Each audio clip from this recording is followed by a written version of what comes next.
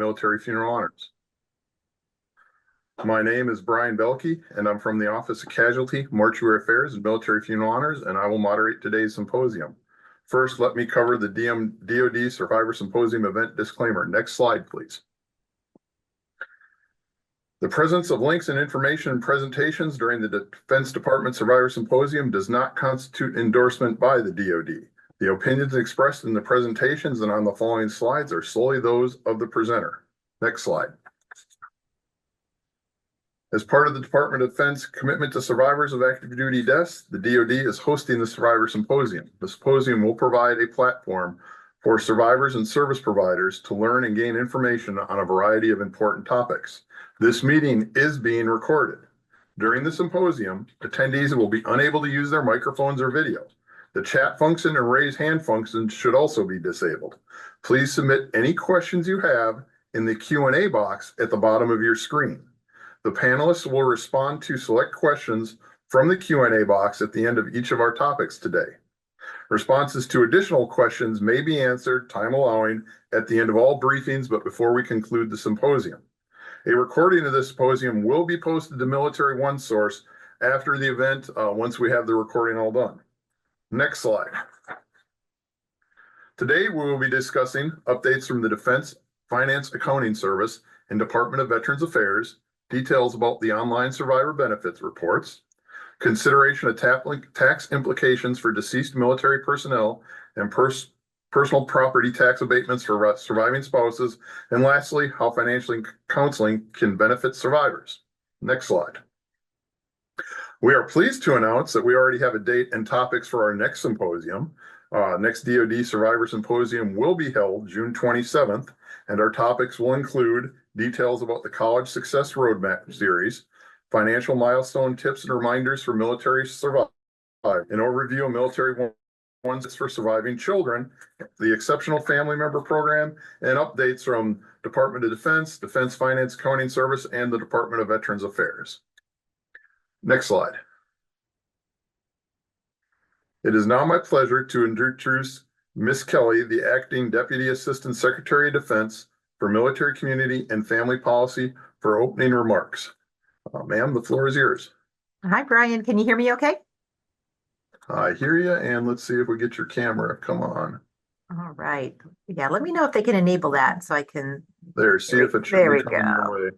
There you go. All right. You got me? Gotcha. Wonderful. Brian, thanks for the introduction. Good morning, everyone. I'm really proud to be here today to open MCNFP's third Survivor Symposium. I'm a post 9/11 enlisted Army veteran myself, and this community here today is very near and dear to my heart. We're going to share with you some updates about the work that we've been doing, but what's going to be most important today is your input. Your questions, your insights, your feedback are critical. Bringing this community together helps us to learn what we're doing well and where we need to make improvements. For example, we've made some updates to our Military OneSource website that are designed to improve your experience online by making the information, resources, support you may be trying to find easier to obtain. With a new Get Personal Support drop-down menu available through militaryonesource.mil, eligible users can learn more about Military OneSource services, such as confidential counseling, and then schedule an appointment. You can also find our relevant content using the streamlined Browse by Topic drop-down menu, which organizes the info into categories such as survivor and casualty assistance. For service providers, we've added a link in our footer that allows you to quickly access program pages, including casualty and mortuary affairs. Please check it out. We've done quite a bit of work on the website with the goal of making it easier, and so we'd love to know your feedback. Just to wrap up my comments today, I hope that you're going to gain some information today that's going to be of use to you on important topics, and that you're going to have a chance to hear from firsthand our subject matter experts in this space. And we are proud to serve you today and always. And now I'd like to turn it back for some opening remarks. Thanks, Brian. All right, thank you. And thank you, Ms. Kelly. Our next speaker is Ms. Lisa Valentine, who is the program manager for our Casualty, Mortuary Affairs, and Military Funeral Honors program. Lisa, the floor is yours. Thank you, Brian, and thank you, Miss Kelly. Welcome all, wherever you are in the world, to the third edition of the Virtual Defense Department Survivor Symposium. My name is Lisa Valentine, and I'm the Program Manager for Casualty, Mortuary Affairs, and Military Funeral Honors. And like Ms. Kelly said, your feedback from these sessions helps our office deliver the resources you need throughout the year. We're proud to serve you, and we're here for you today and always. We have a lot on our agenda today, and with our goal being to help our survivors of active duty deaths and all of you who provide assistance to them with some important financial matters. We hope that you'll find this program informative, and please feel free to ask questions. Tax season is upon us, as many of you know, and much of what we would like to share with you today are things that can help you as survivors ease some of the financial burdens you may have and make decisions that can be of great benefit going forward. We'll discuss updates from the Defense Finance Accounting Service and Department of Veterans Affairs. We will also provide detailed survivors benefits reports, which you can use to determine the financial benefits survivors should be receiving, as well as help you project future benefits. We will also give you an overview of the financial counseling options available from Military OneSource as you move forward. Finally, we'll discuss the tax implications for deceased military personnel and property tax abatements for surviving spouses. And please mark your calendars for our next virtual symposium scheduled for June 27th from noon to 3 p.m. Eastern Time. The June event will be covering multiple topics like Brian showed earlier, including insight into the College Success Roadmap series, and will continue to provide financial milestone tips and reminders for military survivors. Our program will also offer a look at the Exceptional Family Member Program and Military OneSource benefits for surviving children. I'd also like to remind our survivors that you can offer feedback, ask questions, and make suggestions on matters important to you by using our Surviving Family Member Inquiry Form, which can be found on our Support After Loss page on Military OneSource. Just go to the Military OneSource homepage, select Browse by Topic at the top, click Survivor and Casualty Assistance, and then click Support After Loss. From there, you can choose the option to access the inquiry form. Somebody has a hot mic. By filling out this form, the Defense Department can better serve you and provide a response. A Casualty Assistance Program Manager will contact you within 5 business days, confirming that your information was received. So thank you again for being here and letting us serve you. Back to you, Brian. Thank you, Lisa. If we go to our next slide.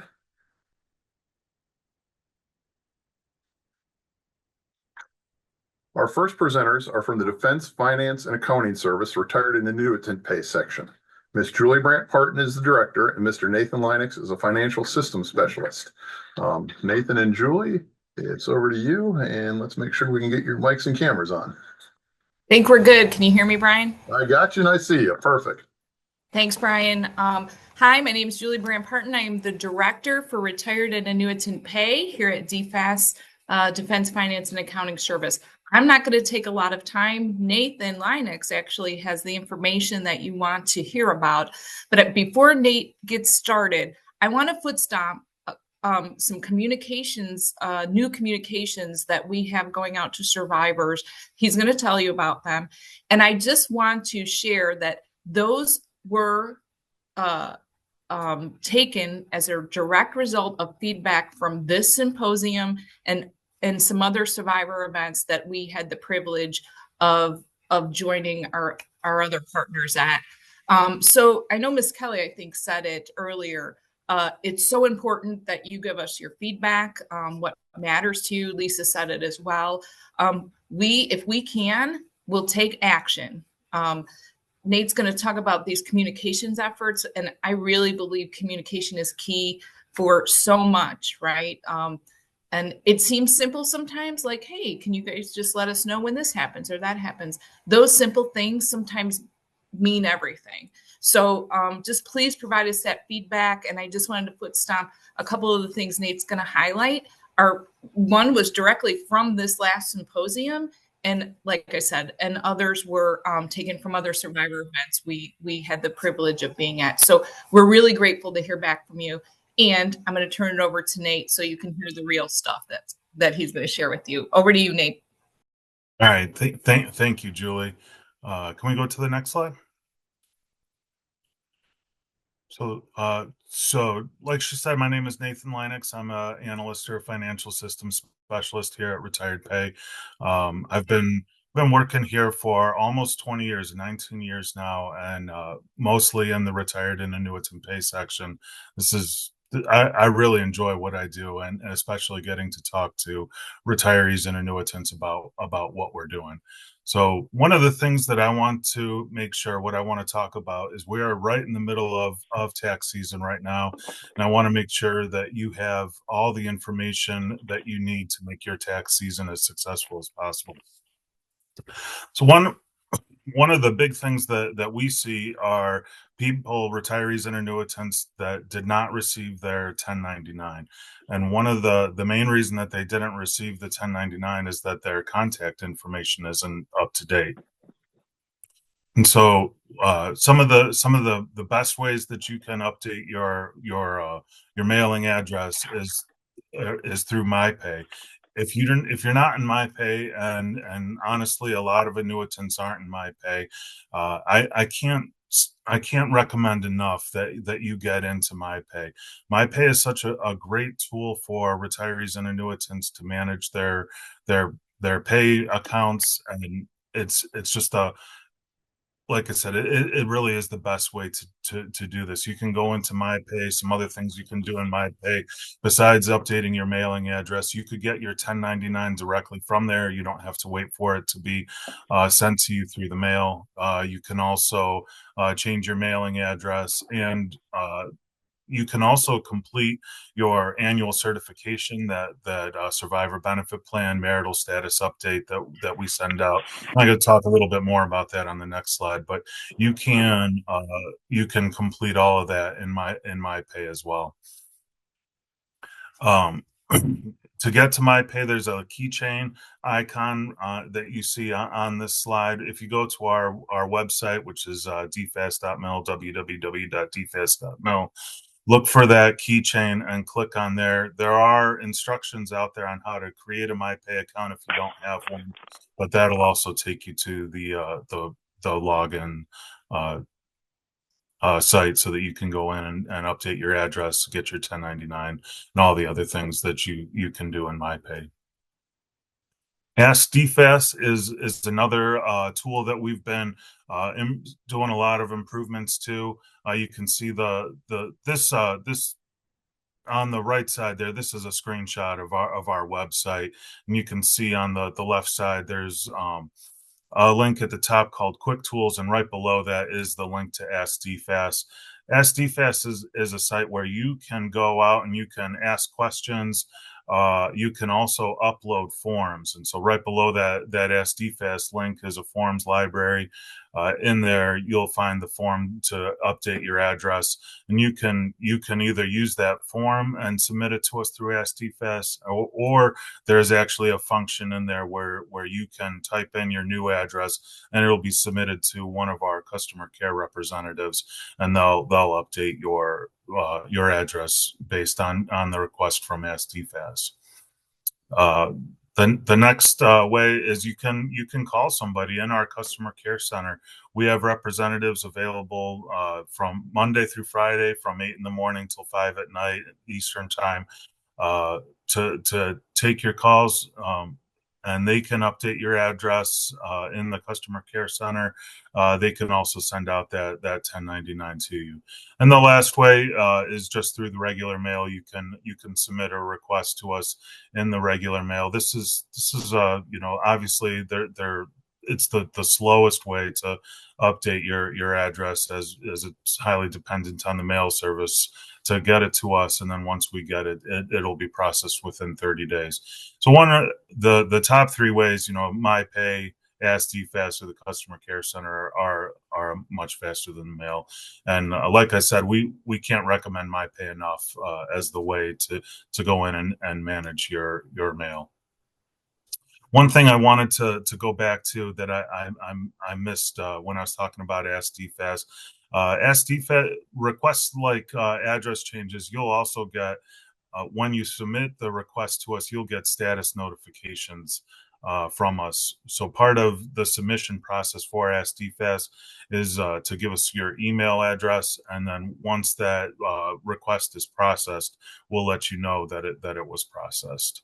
So that's a nice feature of Ask DFAS as well. You don't have to, like if you just sent the request through the mail, you might not know exactly when that request is processed, and after a while, you'd probably end up calling the customer care center anyway to find out what the status of your request was. So another key thing that we want to make sure everybody is doing to make sure that their tax season, this tax season and your next tax season, are as successful as possible is making sure that your tax status is what you want it to be. Like I said, you can go into MyPay and you can verify what your tax status is.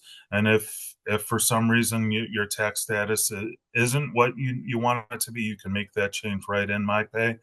Or you can call the customer care center after they look up your account. They can let you know what the tax status is, but they cannot change it over the phone. You would have to you would either have to go into MyPay, like I said, and make the change there, or you could go to the forms library on our website and print out an IRS form W4P and complete that and either submit it through Ask DFAS or send it to us in the mail. But like I said, MyPay again, if you log in, you have an account, you can make that update right there on MyPay. It'll be updated right away for your next paycheck. And then down at the bottom, we have a link to our Quick Tools page. It's also in that picture right there. And it's on the left side of the website when you go out there. The Quick Tools page just takes you to many of the hot topics that we see when we notice that a lot of people are asking similar type questions. We create links to the answers and we put them on that Quick Tools page. Let's go to the next slide.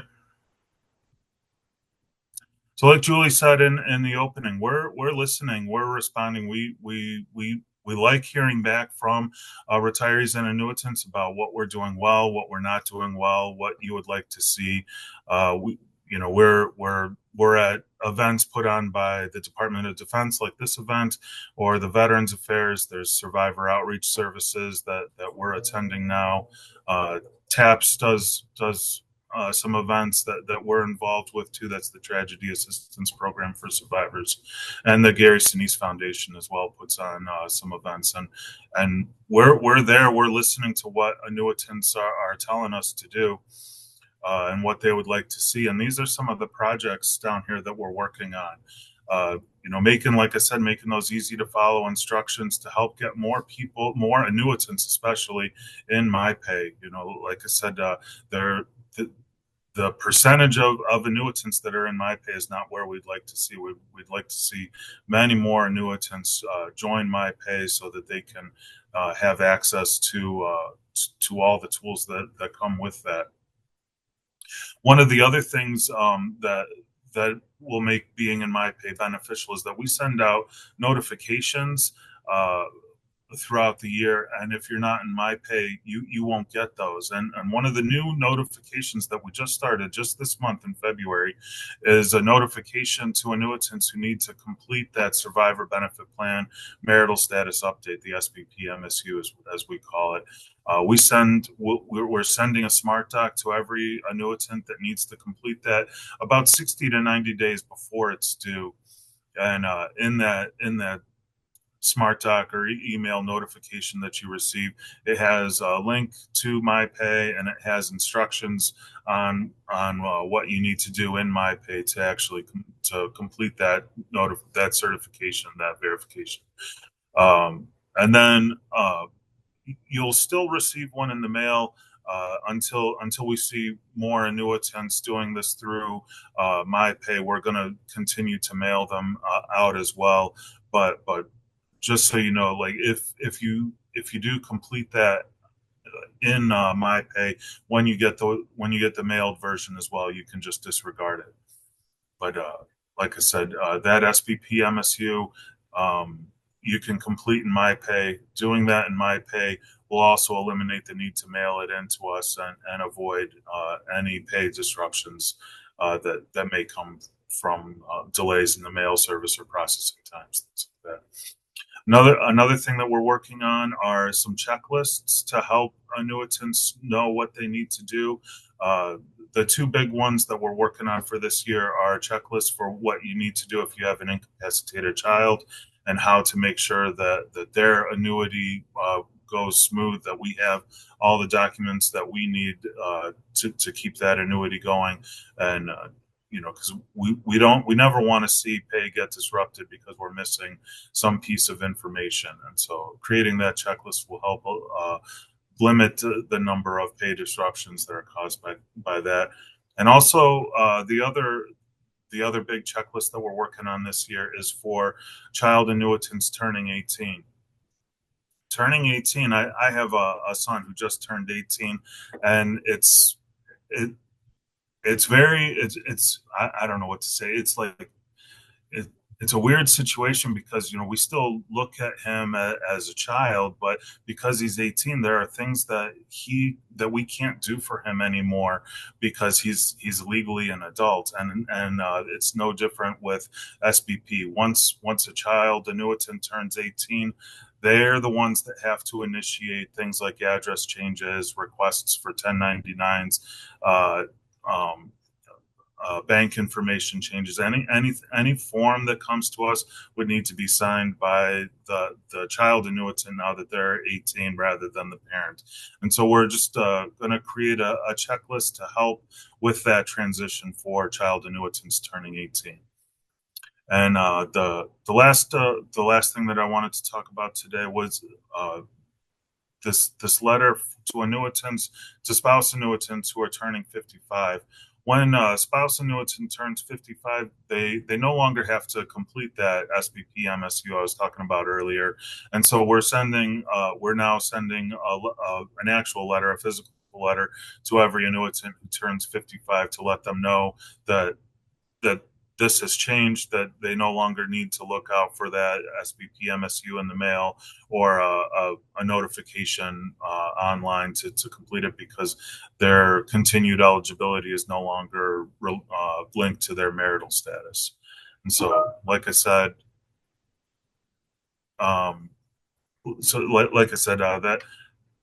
those will be going out every month to annuitants who have just turned 55.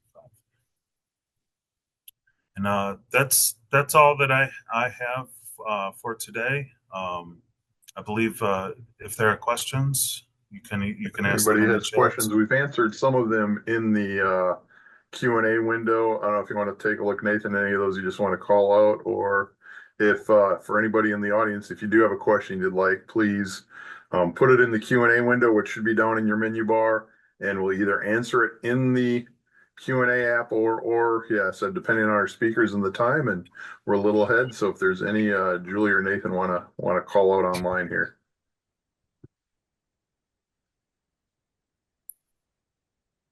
Hey, Nate, I'm reading on your MyPay instructions. Please also consider guardians managing benefits for child annuitants. So we will take that for action and do a more detailed instruction path on those for guardians managing the benefits of child annuitants. So that's the one I see open, Brian.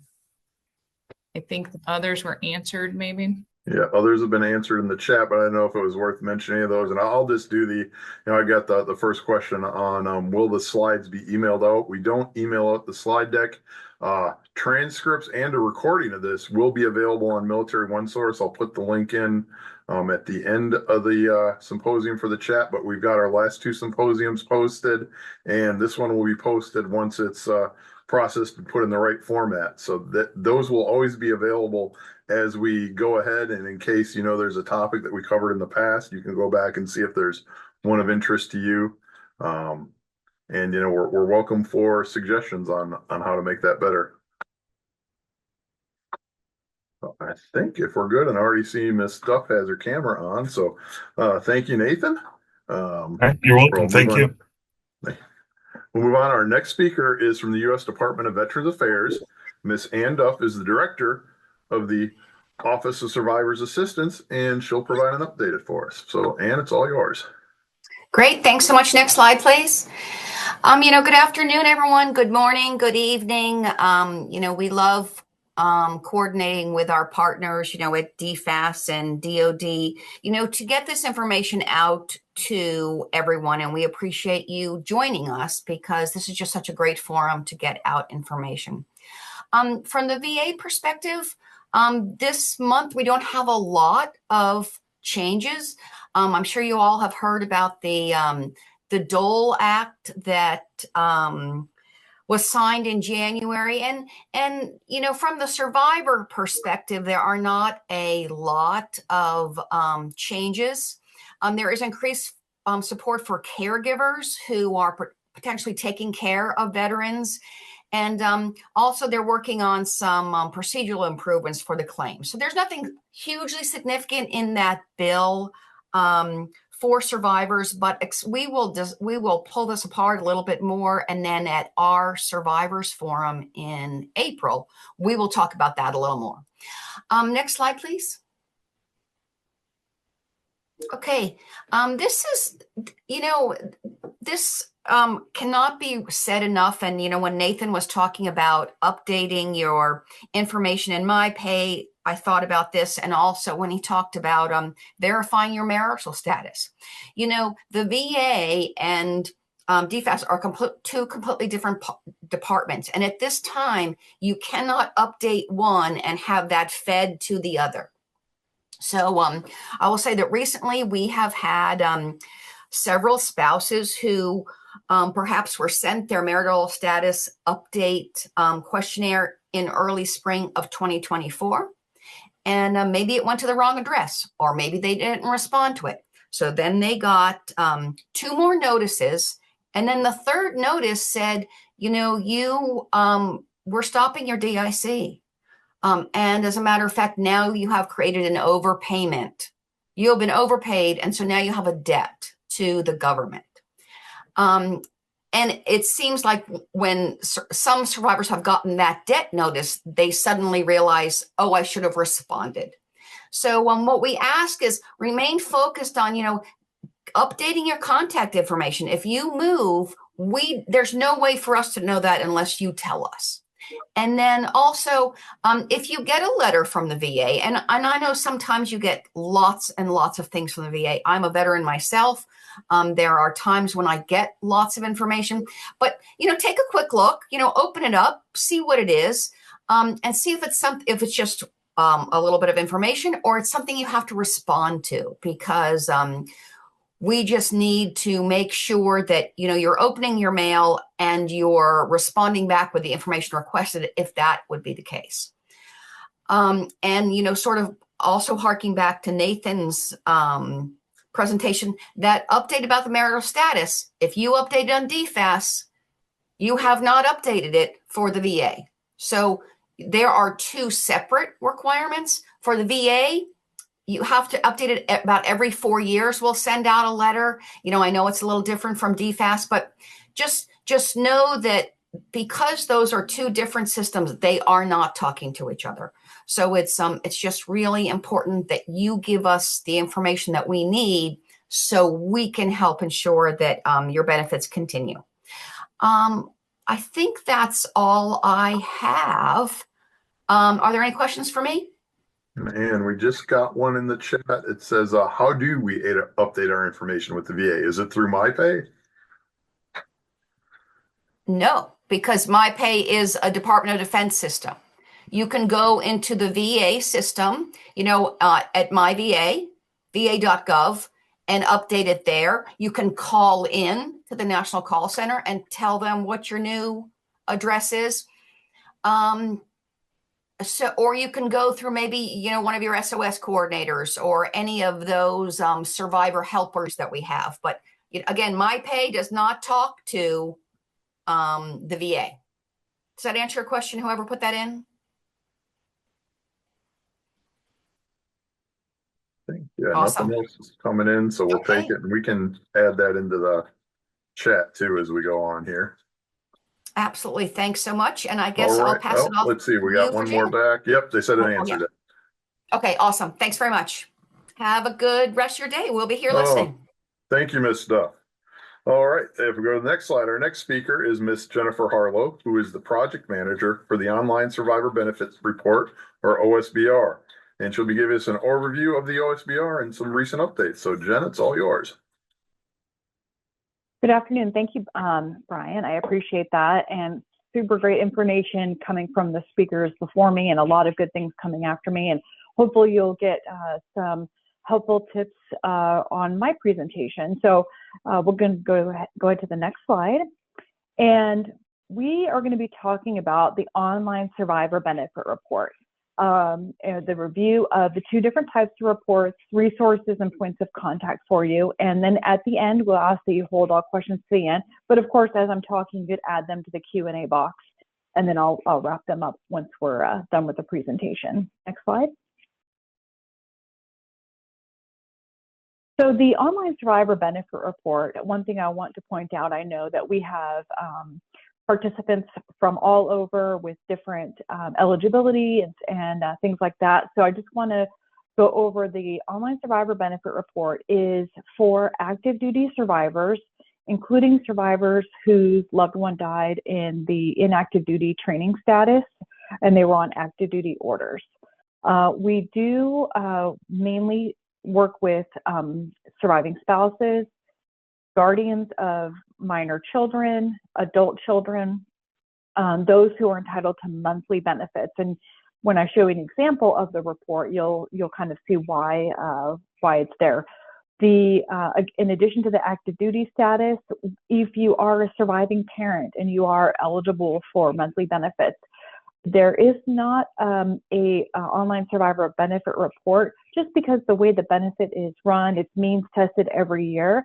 But that doesn't mean that if you're a surviving parent, you can call the OSBR Family Assistance Support Team, which is our help desk team, to ask questions. So there are two types of reports. An initial report that is provided by the Casualty Assistance Office shortly after the death of the service member. And this is done very purposely to make sure that we have a hand-to-hand conversation with the Casualty Support Office for no matter what service branch. And this is for all service branches for active duty families. And what we do is we do the initial report with that back and forth, that warm handoff between our office to the Casualty Assistance Support offices. And then they are to present you with the report as the survivor to go over it with you because it is complex. As we were talking about earlier with, from DFAS and VA, every agency pays their own benefits. How they do things is a little bit different. So we're able to walk the survivor through that, and we can assist the casualty assistance folks with understanding the report and understanding the benefits and how they change over the lifetime. The second type of a report is an interactive report. This is typically when the survivor is getting all of your benefits, things are running smoothly, and we are now able to connect you with your online survivor benefit report, or OSBR as I'll refer to, 24/7 with a login. And this actually gives the power of the information into you, the survivor's hands, to be able to look up your benefits, see what law changes have occurred to affect your benefits, or if like a child is aging out, to do that, and also run what if scenarios. that will show you where you can say, what if this change in status happens, et cetera. So I'll go into that into more detail, but it's very purposeful to have two different reports because we want to make sure we don't just hand over the information to a survivor and with no explanation and no support. So, and again, the Family Assistance Support Team is there to help the families as well as the Casualty Assistance Support folks. Next slide. So if you are a survivor and you have not ever received your online survivor benefit report, we do have a form that you can request.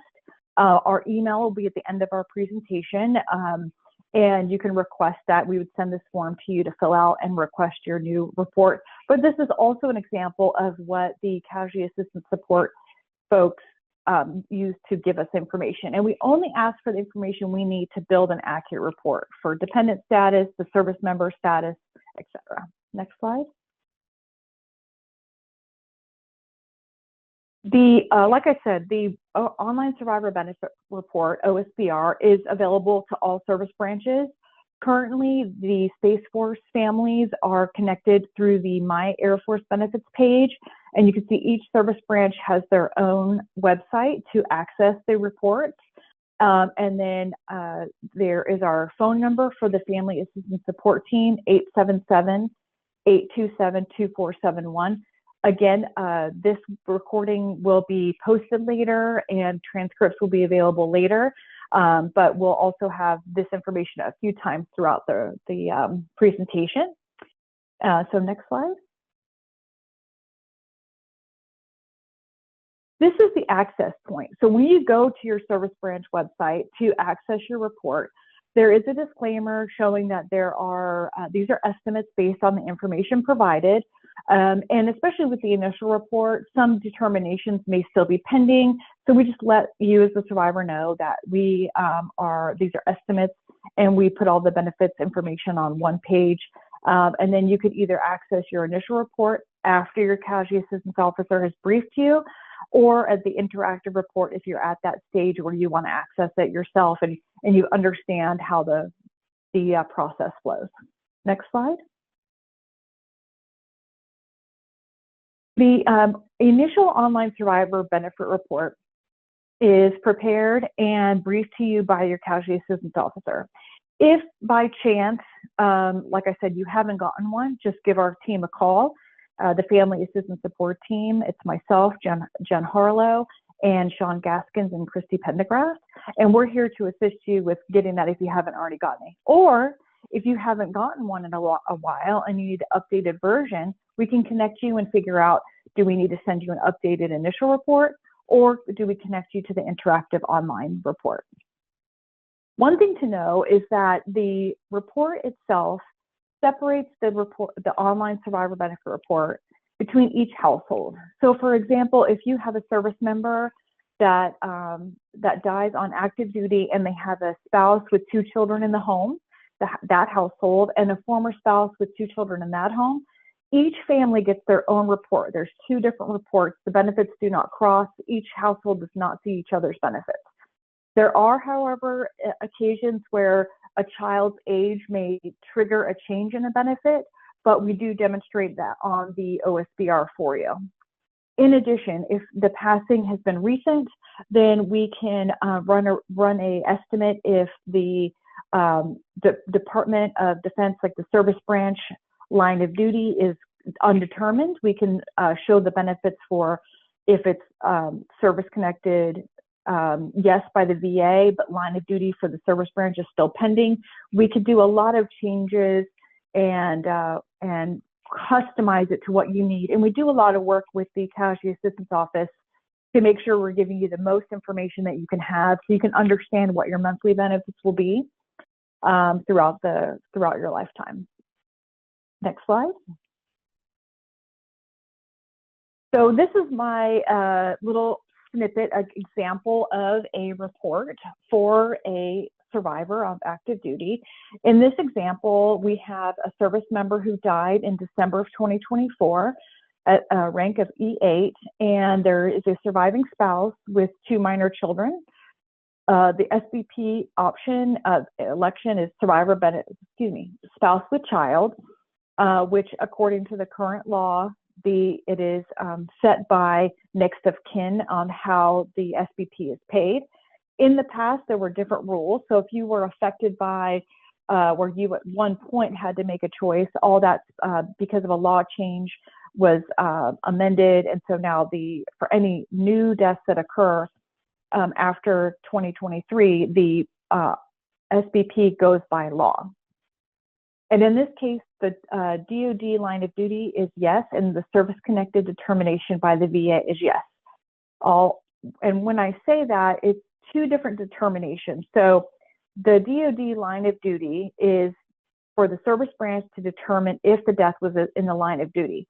A separate determination is made by the Department of Veterans Affairs to see if that death was service-connected. So there are two different designations that affect two different types of benefits. So the line of duty shows eligibility for the survivor benefit plan through DFAS, and the service connected is connected to the Department of Veterans Affairs dependency indemnity compensation.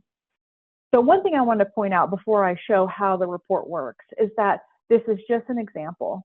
Every survivor is going to have a different benefits report. No two survivors ever have the same amount because certain benefits are based on that service member's history. So for example, Social Security is based on the service member's earnings. So if you have a service member who maybe worked 4 years outside of high school, then decided to join the military, they're going to have a different earnings income than a soldier or airman or guardian or sailor that come out and go straight into the military. So Social Security is based on earnings history. VA is a flat rate depending on your status and determined by the service connected. And then DFAS survivor benefit plan is determined by the service member's years of service and rank. So I would caution against comparing your benefits to another survivor's benefits because they are so unique. So with the benefits report, the estimates are in today's dollars because we can't forecast the future of the cost of living. So everything is in today's dollars. But you'll see how the report is set up is that the first line of benefits, in this case, the example was as of December 19th, 2024. The first line is the current benefits. So you have your Social Security, your dependency indemnity compensation, and your survivor benefit plan. Now, on the full report itself, we have a legend that explains the names of all of the benefits spelled out for you, from the acronyms. And then the little asterisk next to SBP just means that that's taxable. So we have little helper tools that you can't see on this example, but they are on the actual report. So that first line shows you that this survivor is expecting a pre-tax annual benefit amount of $310,000. That was a mouthful to say. And that includes that household. So the benefits you see aren't just for the spouse, but they're for the spouse and the 2 minor children in her household for this case. The next benefit line says it's abbreviated transitional DICN. So this benefit, sometimes when this benefit goes away, it catches some survivors off guard because the next time the benefit changes is 2 years after the active duty death. The VA pays a benefit called transitional dependency indemnity compensation. The current rate for that is $350 a month. And when either 2 years after the date of death or when the youngest child turns 18, that benefit ends. So sometimes that can catch survivors off guard that $350 goes away after 2 years. But we want to show, okay, your benefits are at this amount until the next change, which in this case is 2026. Then the next line, the oldest child turns 18 in May of 2034. The Social Security remains the same because of the family maximum. And the DIC, you'll see the child portion of the DIC went away. So these rates that you're seeing here are 2024 rates. The current rate for a child for DIC is is $409.53. And then you have the survivor benefit plan that's paid to the spouse. Then the next, in this case, I noted that the spouse is not working. So while the spouse has a child under 16 in the home and earning less than $23,400, the benefit of Social Security, the spouse gets a guardian benefit from Social Security. But the way the Social Security law is written is that when that youngest child, so the baby of the household, turns 16, that guardian benefit goes away, and the child will get the 1708 until they're 18. But you see the guardian portion went away.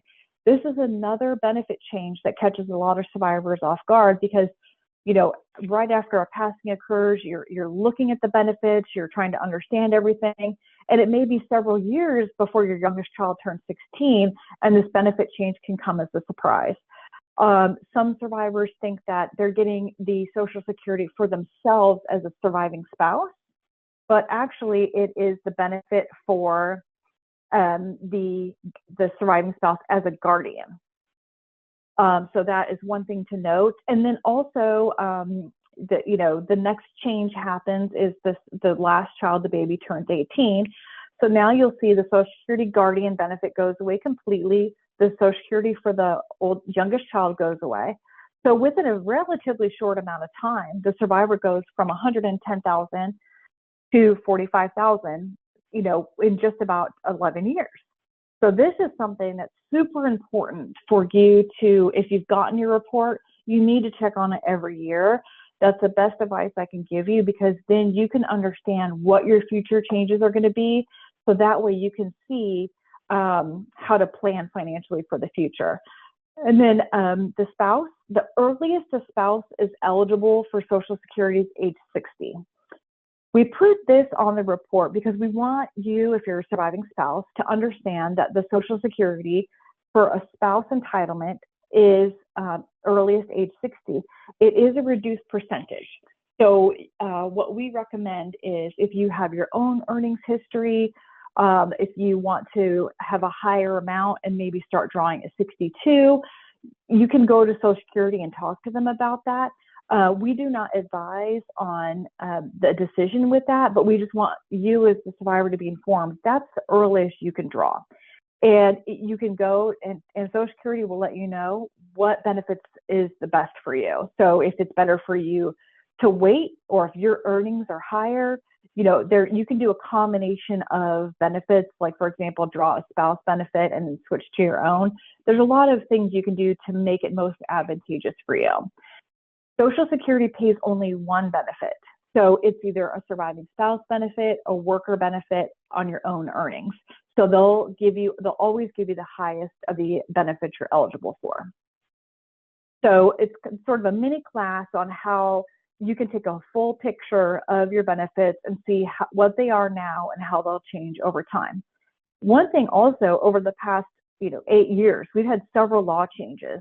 So it's really important to keep up to date with requesting an updated report or using your interactive report. So that way you can see if there's any law changes that affect you, or anything's coming down the pike that we can inform you about. Next slide. This is a graph representation of the previous page. So sometimes you're just like, I get it. I just need to know right now. I've got so much going on. I just want to know, what is my monthly going to be? What is my monthly benefit going to be? So it's an easy way to just look at this chart. I'm more of a visual person, where this is less busy than the previous slide, and it just breaks down what your benefits are monthly and how they'll change over time. Next slide.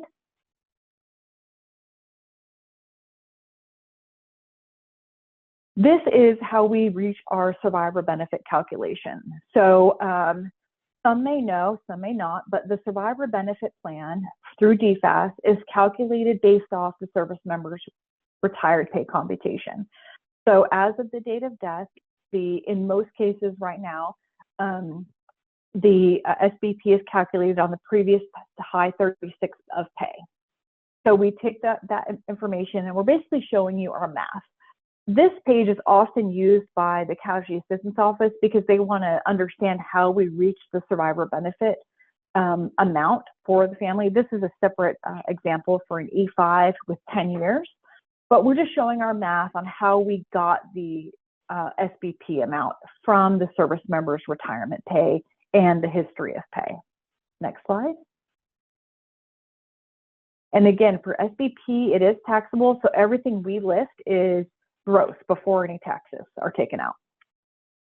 There is a section on the OSBR that lists the death gratuity, SGLI. All of those benefits, SGLI, death gratuity, are paid by beneficiary.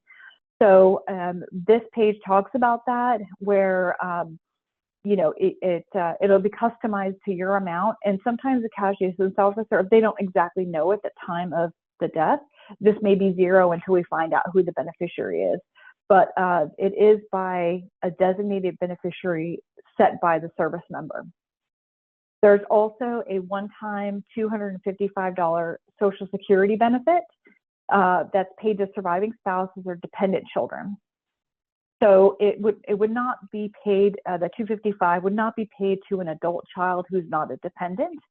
If there is no surviving spouse or no children, that $255 isn't paid. Fun fact, that benefit started in 1937, and it used to be based on earnings. And then in 1981, they set it to be a flat rate of $255. So that little fun fact about that Social Security death benefit. And so if you ever have any questions about that, then we can go over that with you. Next slide.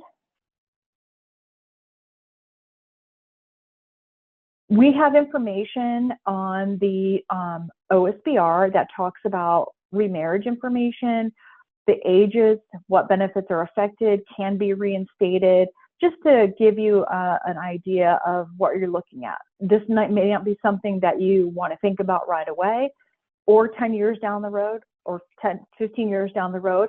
But we did hear back from survivors that this is good information to have on the OSBR. So like others were saying before me, we basically improve our report on your feedback. So when we attend things like this, we get feedback, clarification. We want to hear from you on what information you want. So this is a section we added based on feedback from survivors and working groups and things like that. So it, you know, talks about, you know, the effects of remarriage, SBP and DIC is 55, and then Social Security is age 60, and what can be reinstated and how you go about doing that. So because you have access to our group, the Family Assistance Support Team, if in the event you remarry or you have a status change that you would like to discuss with us or just talk about, the FAST team is there for you anytime to answer questions about this, even if you're just contemplating it or if you're making plans. Next slide. This section covers the Dependent Education Assistance, the Chapter 35 from the VA. This shows what the benefits are for the monthly entitlement for Chapter 35. This is separate from the Fry Scholarship. This is a separate benefit for service members who die service-connected or on active duty. It's a flat rate every month, and it has a total entitlement, and the maximum is 36 months.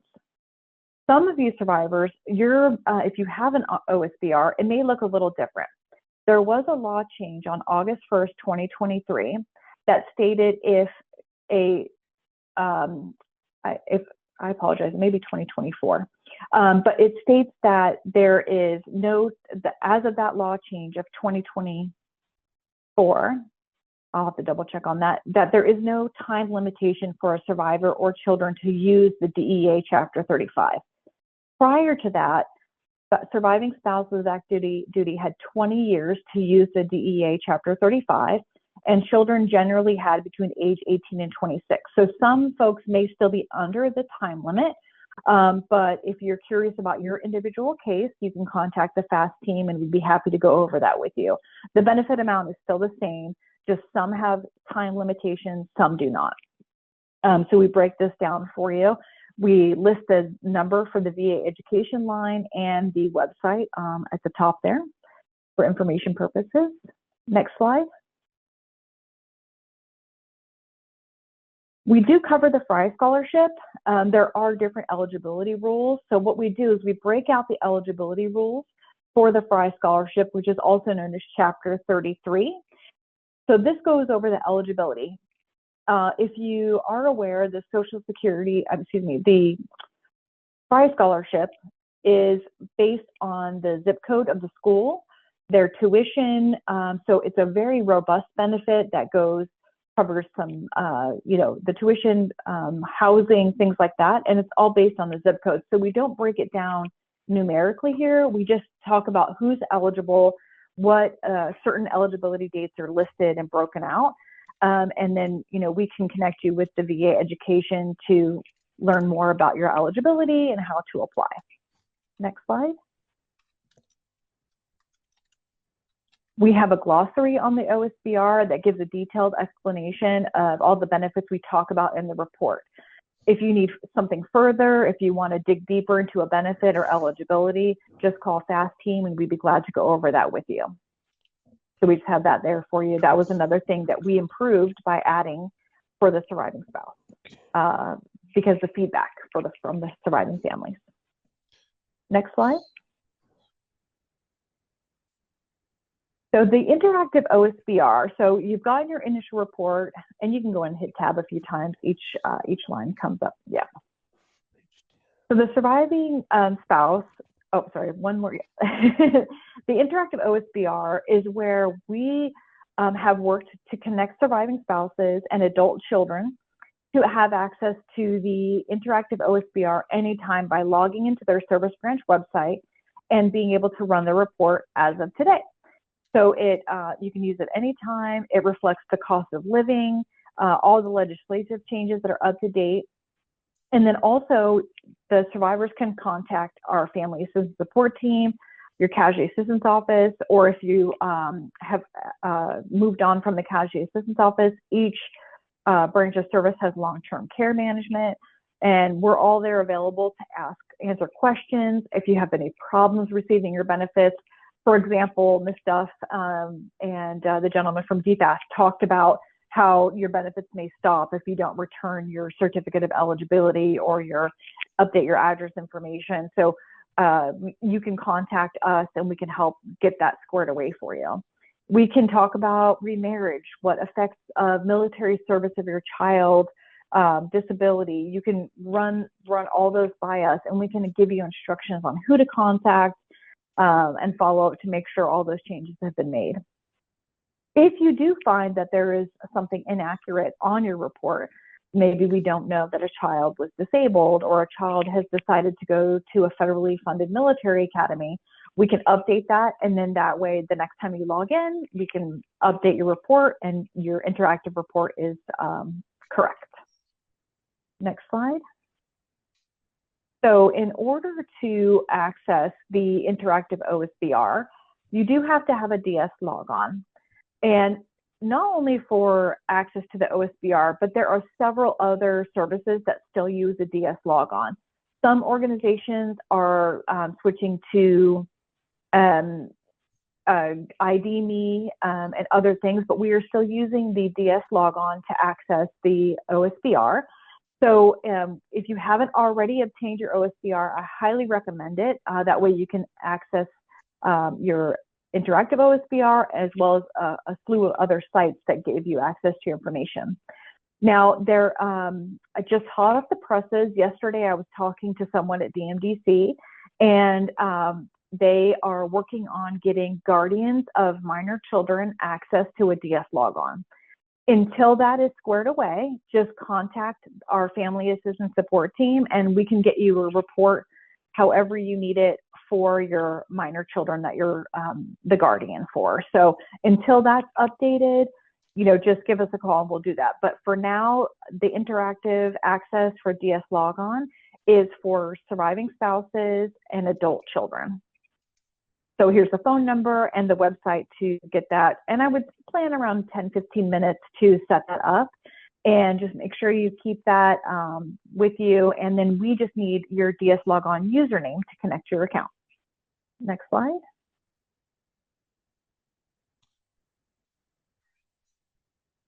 And our foot stomp here is that all the survivors should access the report at least once a year. And it's because your cost of living has changed, benefit changes like a child aging out, anything like that. You want to make sure you update and check into your report at least once a year. Every year you can count on two changes. The cost of living allowance, that's in December, which affects your January pay. And also in October, the VA education benefits change every fiscal year. So you want to make sure you're up to date on that, making sure you're getting the right amount of benefits. And then what's really cool about the interactive OSBR is you could run what if scenarios. So you can go in and say, I'm thinking about remarrying next year, and I could see what the benefits are and how they'll affect the family. So for example, many survivors think that if they remarry, it'll change the benefits for the children if they have children in the home. That is not true. Only the benefits for the spouse who remarries if they're under 55 for SBP and DIC, or if they're over 60 with Social Security. And also one thing that's really important to think about is that if anything would happen to you as the surviving spouse or guardian of minor children, you can run a report saying, if anything happens to me, what are the benefits for my kids or the children I'm in care of? We talked about the effects of income on Social Security, where in my example, I had a spouse that was not working, and that spouse was getting a guardian benefit from Social Security. Well, there is a limit to earnings on that. So a surviving spouse can say, I really don't know. Is it worth it for me to stay home with the kids? Maybe they're young and they need more attention, daycare, things like that. And the surviving spouse is maybe making, say $40,000 a year. That's going to eliminate some of the guardian benefit or fully eliminate the guardian benefit from Social Security. So that can be a real decision maker for a survivor on if they want to go back to work or not. Or if you're not working and you say like, oh, if I do want to go back to work, my kids are older, I want to see what it would look like on my benefits. We could show you going back to work. If there is a change in the spouse's disability or the child's disability status, we can update that. You can do a what if scenario on that. Education benefits and the children's dependency status. And so one thing that comes up, just a side fact note, is that we do have quite a few questions coming into FAST that if the surviving child gets adopted after the death, or they, say get adopted by a step parent or a grandparent, that they're worried about it's going to change the benefits for the child, and the benefits do not change. The benefits eligibility for a child is as of the date of death. What happens after that does not change any of the eligibility. I will caution that if you change the child's name, it may, require some follow-up with the different government agencies to show that, the eligibility stays the same, the child was still a dependent of the service member at the time of death. But you can go in and do all kinds of what if scenarios to see, at your fingertips before you make life-changing decisions or a life change impacts your benefits. You can run these scenarios. And then if you have questions, you can just contact the FAST team. Next slide. So this is just a screenshot of what the what if looks like. So it's a little bit blurry, a little bit of an eye chart here, but just to summarize, is it has drop downs where you could say, like I have it highlighted here, where if you want to remarry as of March 2025, if my child wants to go to a college, not going to college, how that affects the benefits. And more than one change can be done at a time. And the report that results that come up will show what the benefits, what you've done on the what if scenario. So it's a really cool feature that you can do that. One thing I will say is that if you're doing a what if scenario, any changes on here, it will not affect your records with DFAS, VA, or Social Security. It's just a tool for you to see what the benefits are. If you do, in fact, get remarried or a child has decided to go to, a federally funded academy, then we would direct you on who to contact to make sure the benefits are updated and paid correctly. Next slide. The Military One Source has access to all the service branch sites, our phone number, and our email for the online survivor benefit report. There's also webinars and some articles, and I believe there's a podcast. So if you go to Military One Source and you want to get started, you can just Google, or on the search box on the top there of the Military One Source site, type in online survivor benefit report under Military One Source to gain access to more information and the service specific sites. Next slide. So our help desk is available Eastern Time, 8 a.m. through 5 p.m. Monday through Friday. And our email address is here, and our phone number is 877-827-2471. And if there are any folks on the symposium this afternoon that do support family members and you need a report for a family you're working with, we're available to you as well. Give us a call. Any survivors who need a report, an updated, or need to get connected to their interactive, just give us a call and we'd be happy to help you. So I went over a lot of information. It you know, a little mini class on how the benefits work. But what I really want to drive home is that the importance of understanding your situation and how the benefits are for your household is super important, and how they change over time, and just to know that we're there to support you. So I will break now for any questions. I'm not sure if we have any in the chat box. We had some, Jen, so I'm going to jump in here and back me up, and Lisa too, because, well, first we had a lot of questions about, oh, I hadn't heard of the OSBR. When did it come online? It's only, is it 15 years old or even younger? So it went online in 2007, but we did have in 2012 is when we started giving access to survivors with the interactive. So right. it's been around. Mm-hmm. And it also, I mean, from DOD, we started it, so it's less than 15 years, but for all of the services, and to make it all uniform and providing the same service, we didn't really start that until 2013.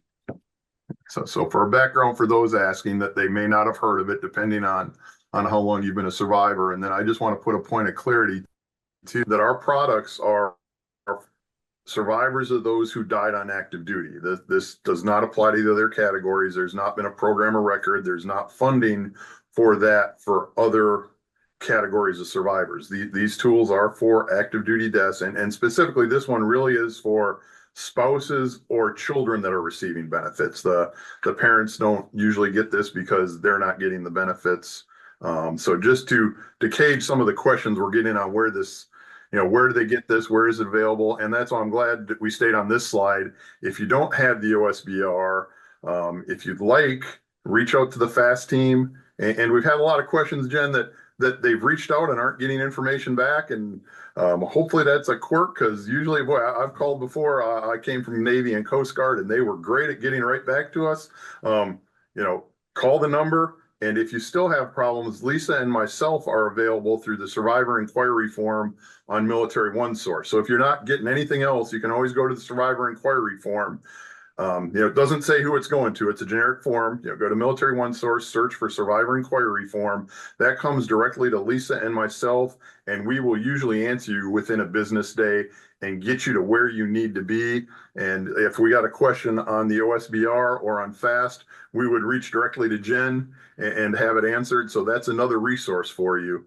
And then I think, and if anybody has questions, please put them in the Q&A. And one in general, we had a question about benefits aging out at 20 years. And I think Jen answered some of that. I get where it's coming from. There was the education benefit that aged out at 20, but that's been changed. Did they backdate it, or is it only from the date of the legislation going forward?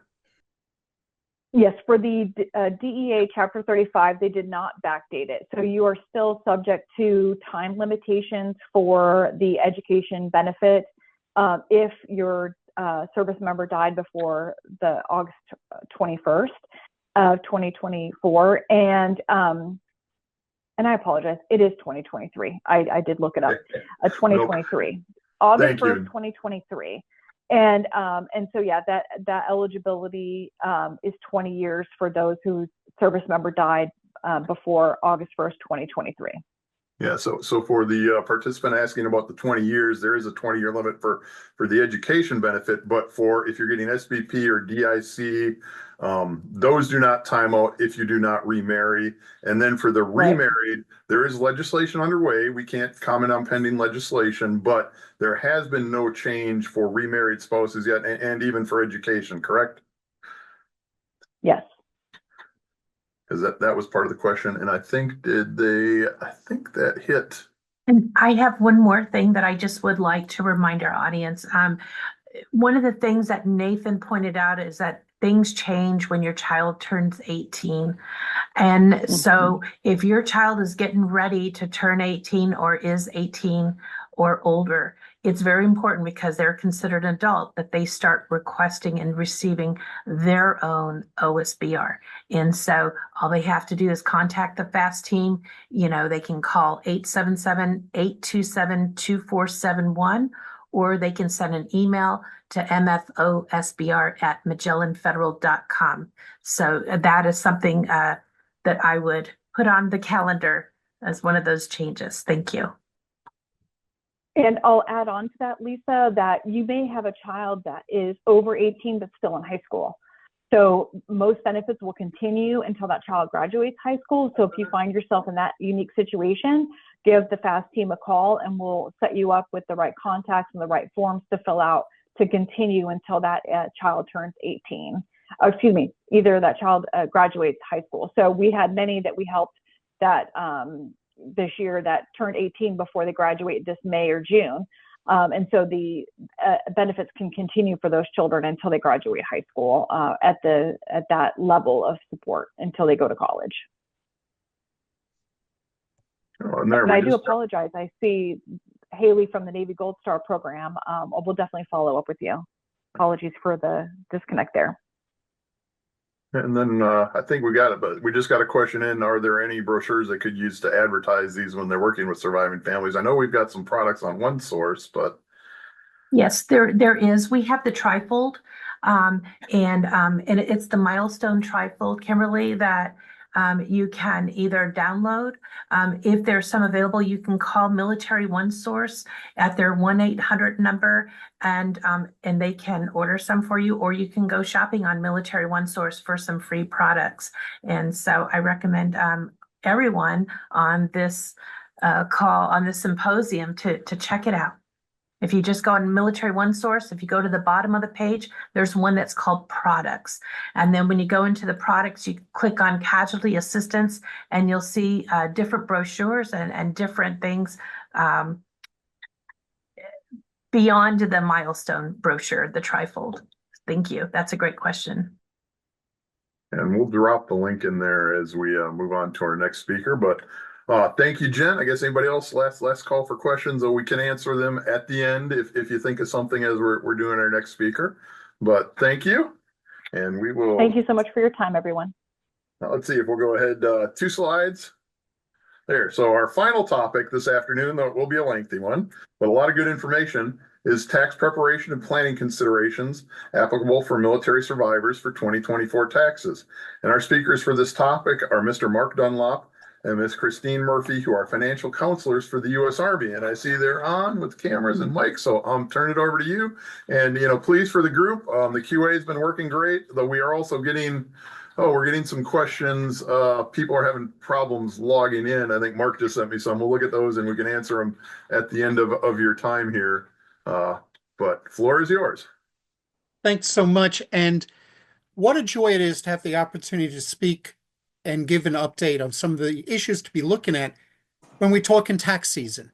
Christine and I are just going to try to have an interactive dialogue summarizing a lot of the questions that we've been getting over the last few months. But I will tell you, speaking right after Jen Harlow is a joy. For many years, we have always asked survivors, print out your OSBR report so we can discuss it with you. We don't run it for them. We ask them to run it. 1, we want to be sure they have a working DS login. And 2, we want to be sure that they know how to do it in the future. So it's taught about empowering instead of enabling. But when they have that OSBR report, we can actually help them look at the future. And in reality, with tax season, it's not all about preparation of taxes. It is also moving forward on being proactive on tax ideas. Christine, do you have any other thoughts on that? Can you hear me, Mark? All right. Because Perfect.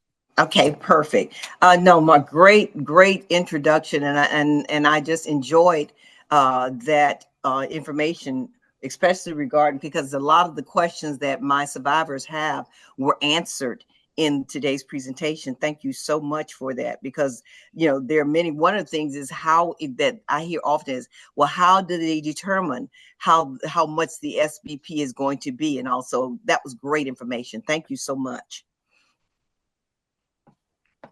So I think we're going to now jump right into our Survivor Outreach Services information. And we're going to talk about, thank you. I guess the first thing we're going to do is the disclaimer, which basically says that this presentation is to help identify resources and milestone topics. It is not. Keep in mind that the information that we're going to share with you today is not going to serve as the basis for all of your decisions, financial decisions. We encourage you to speak with your financial, legal, and tax and accounting advisors. But this information is just rather to educate you and give you some tools and tips that will help you when you are speaking with your advisors regarding your financial planning. Next slide, please. Okay. A background for that. Christine and I looked at some of the ideas that have come to us of recent, but I'm going to throw this back to Christine. What do you see as the difference between a savings decision, an investment decision, and a tax decision? Well, with the savings decision, sometimes the biggest thing with savings, investment, taxes with our surviving families are that when they receive certain amounts of monies, most of the time what comes to mind is that they're trying to make sure that they hold on to the investment. Many of them are not very knowledgeable on different investments, so they hesitate to make investments, and they want to hold the money in the savings account, thinking that that's a safe place for it, not realizing that putting money, just letting money such as the service group life insurance or the death gratuity sit in savings accounts may cause them to have tax implications that they really weren't aware of. They'll take an investment such as the service group life or the DG that are not taxable to them when they receive it, but interest that's earned on them becomes taxable based on the investment vehicle that they use for holding that money.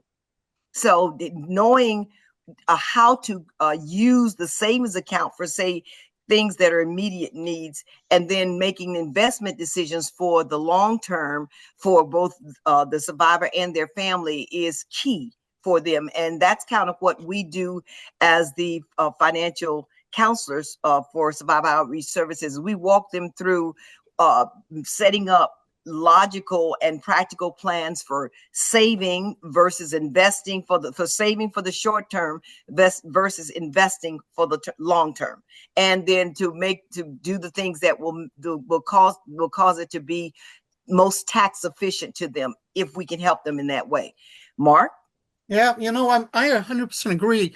And it's interesting. I listened to Christine present at times, and she may, and then we realized we graduated from the same college around the same years, so it's kind of interesting because that's the same logic we come to. I tell survivors there is no rush to make an investment decision. Put it in savings for a while. If you get right now you can get a decent interest rate, enjoy it. There's no rush to make a savings, an investment decision.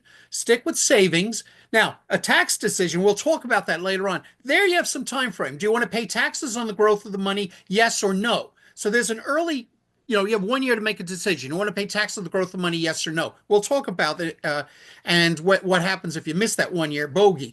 But you have three separate things. And it relates to our second bullet called preserving the legacy. I often tell survivors when I meet with them through Teams, through Zooms, through meeting face to face, through phone calls. What is your objective with the SGLI and death gratuity? What is your goals and objectives of preserving the legacy of the next generation? We're going to talk about that because that relates to some tax planning decisions as well. And as Christine said, with the short-term and long-term planning, that becomes so key. And really looking at that and helping people set their goals and objectives. I love when a client is willing to meet face to face, or we do a Teams or a Zoom, because I see the body language, because you find out the emotions that go into it. If you pass away prematurely or pass away whenever, what is your goals and objectives for the money moving forward, and what's to occur? And as Jen pointed out so well on the Social Security, there's a lot of milestones to consider. We'll address some of them here from a tax perspective, but also planning. For example, many people, they will see on the OSBR report what you can get if you take your spouse's benefits starting age 60.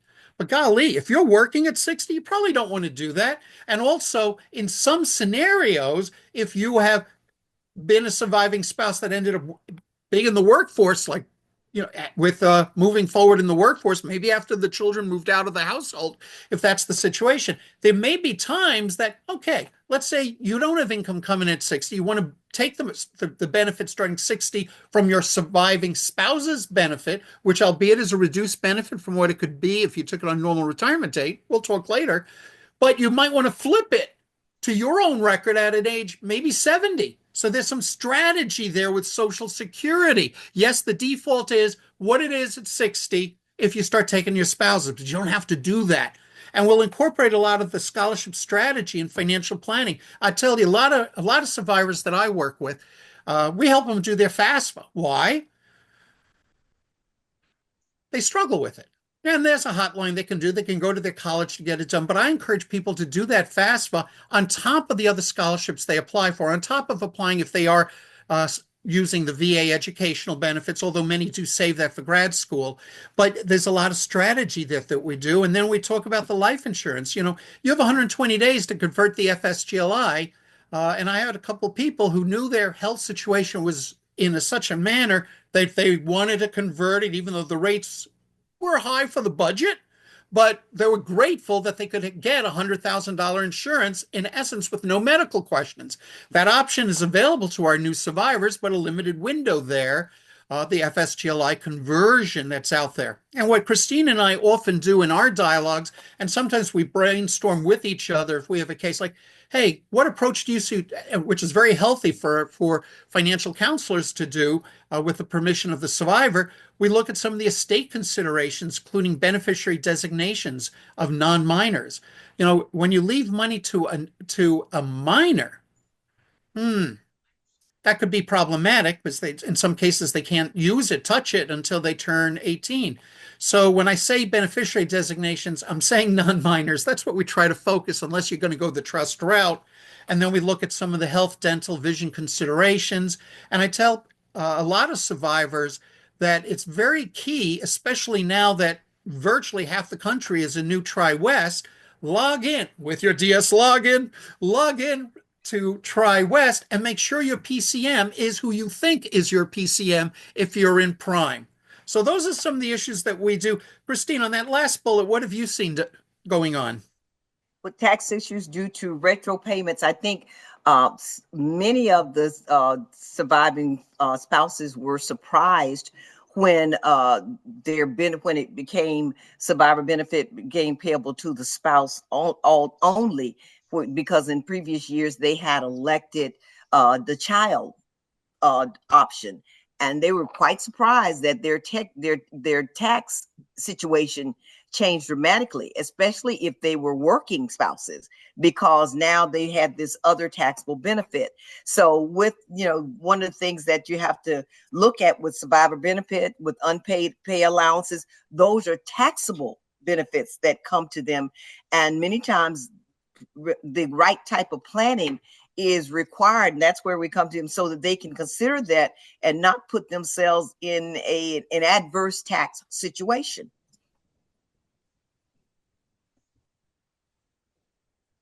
And another thing, okay, and thank you. Next topic was discussion questions on tax preparation. So Mark, we're going to talk about, this is what we intend to cover today, the types of taxes and the filing requirements which survivors face, what type of filing statuses exist. Some of the questions you may already know the answers to, but we just want to make sure that you're aware of these things. Who is to file income taxes and what is reportable income? What income, expenses, assets, salary, and withdrawals need to be reported? What items are exempt from reporting and what is the standard deduction? And what types of taxes can be abated? And what are some of the tax preparation resources that are available to our survivors? So those are the things that we're going to kind of discuss in today's presentation. And so let's jump right in, okay? Next slide, please. So let's start out, Mark. Go for it. Good. Okay. I like the way you phrased it. So the first question is, what type of taxes do our survivors face? And, and I tell people, sometimes you say taxes. Okay, what taxes are we talking about? We have federal tax, we have state tax, and we have local income tax for the decedent. Oh, income tax for the decedent. So if you had a casualty last year that someone's got to file the taxes. So that's the first issue. And now, do you have all the 1099s from the person who died? And then do you have the W-2 for the work? Now, we deal with active duty. That's easy. You get the W-2 from the DFAS, and they're pretty efficient getting that information to you. And if you're having issues, ask DFAS, great tool that they have. So I appreciate that. But sometimes there was a side job that a person had. You got to sometimes call that employer, unless you had the mail forwarded, to get those W-2s. Getting all the W-2s together in 1099s, no matter how you're going to do the tax preparation, you need to have that information.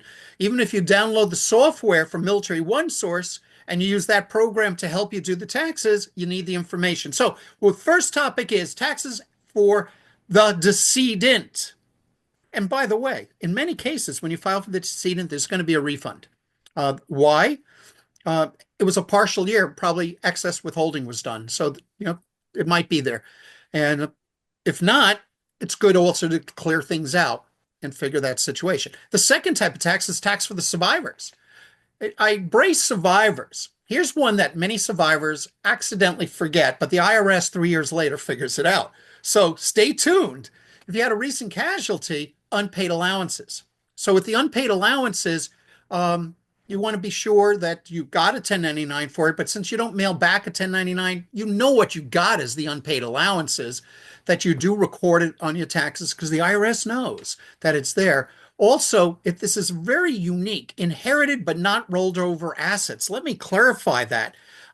Traditional thrift savings plan that you cashed out, 1099 will come for that if you cashed it out.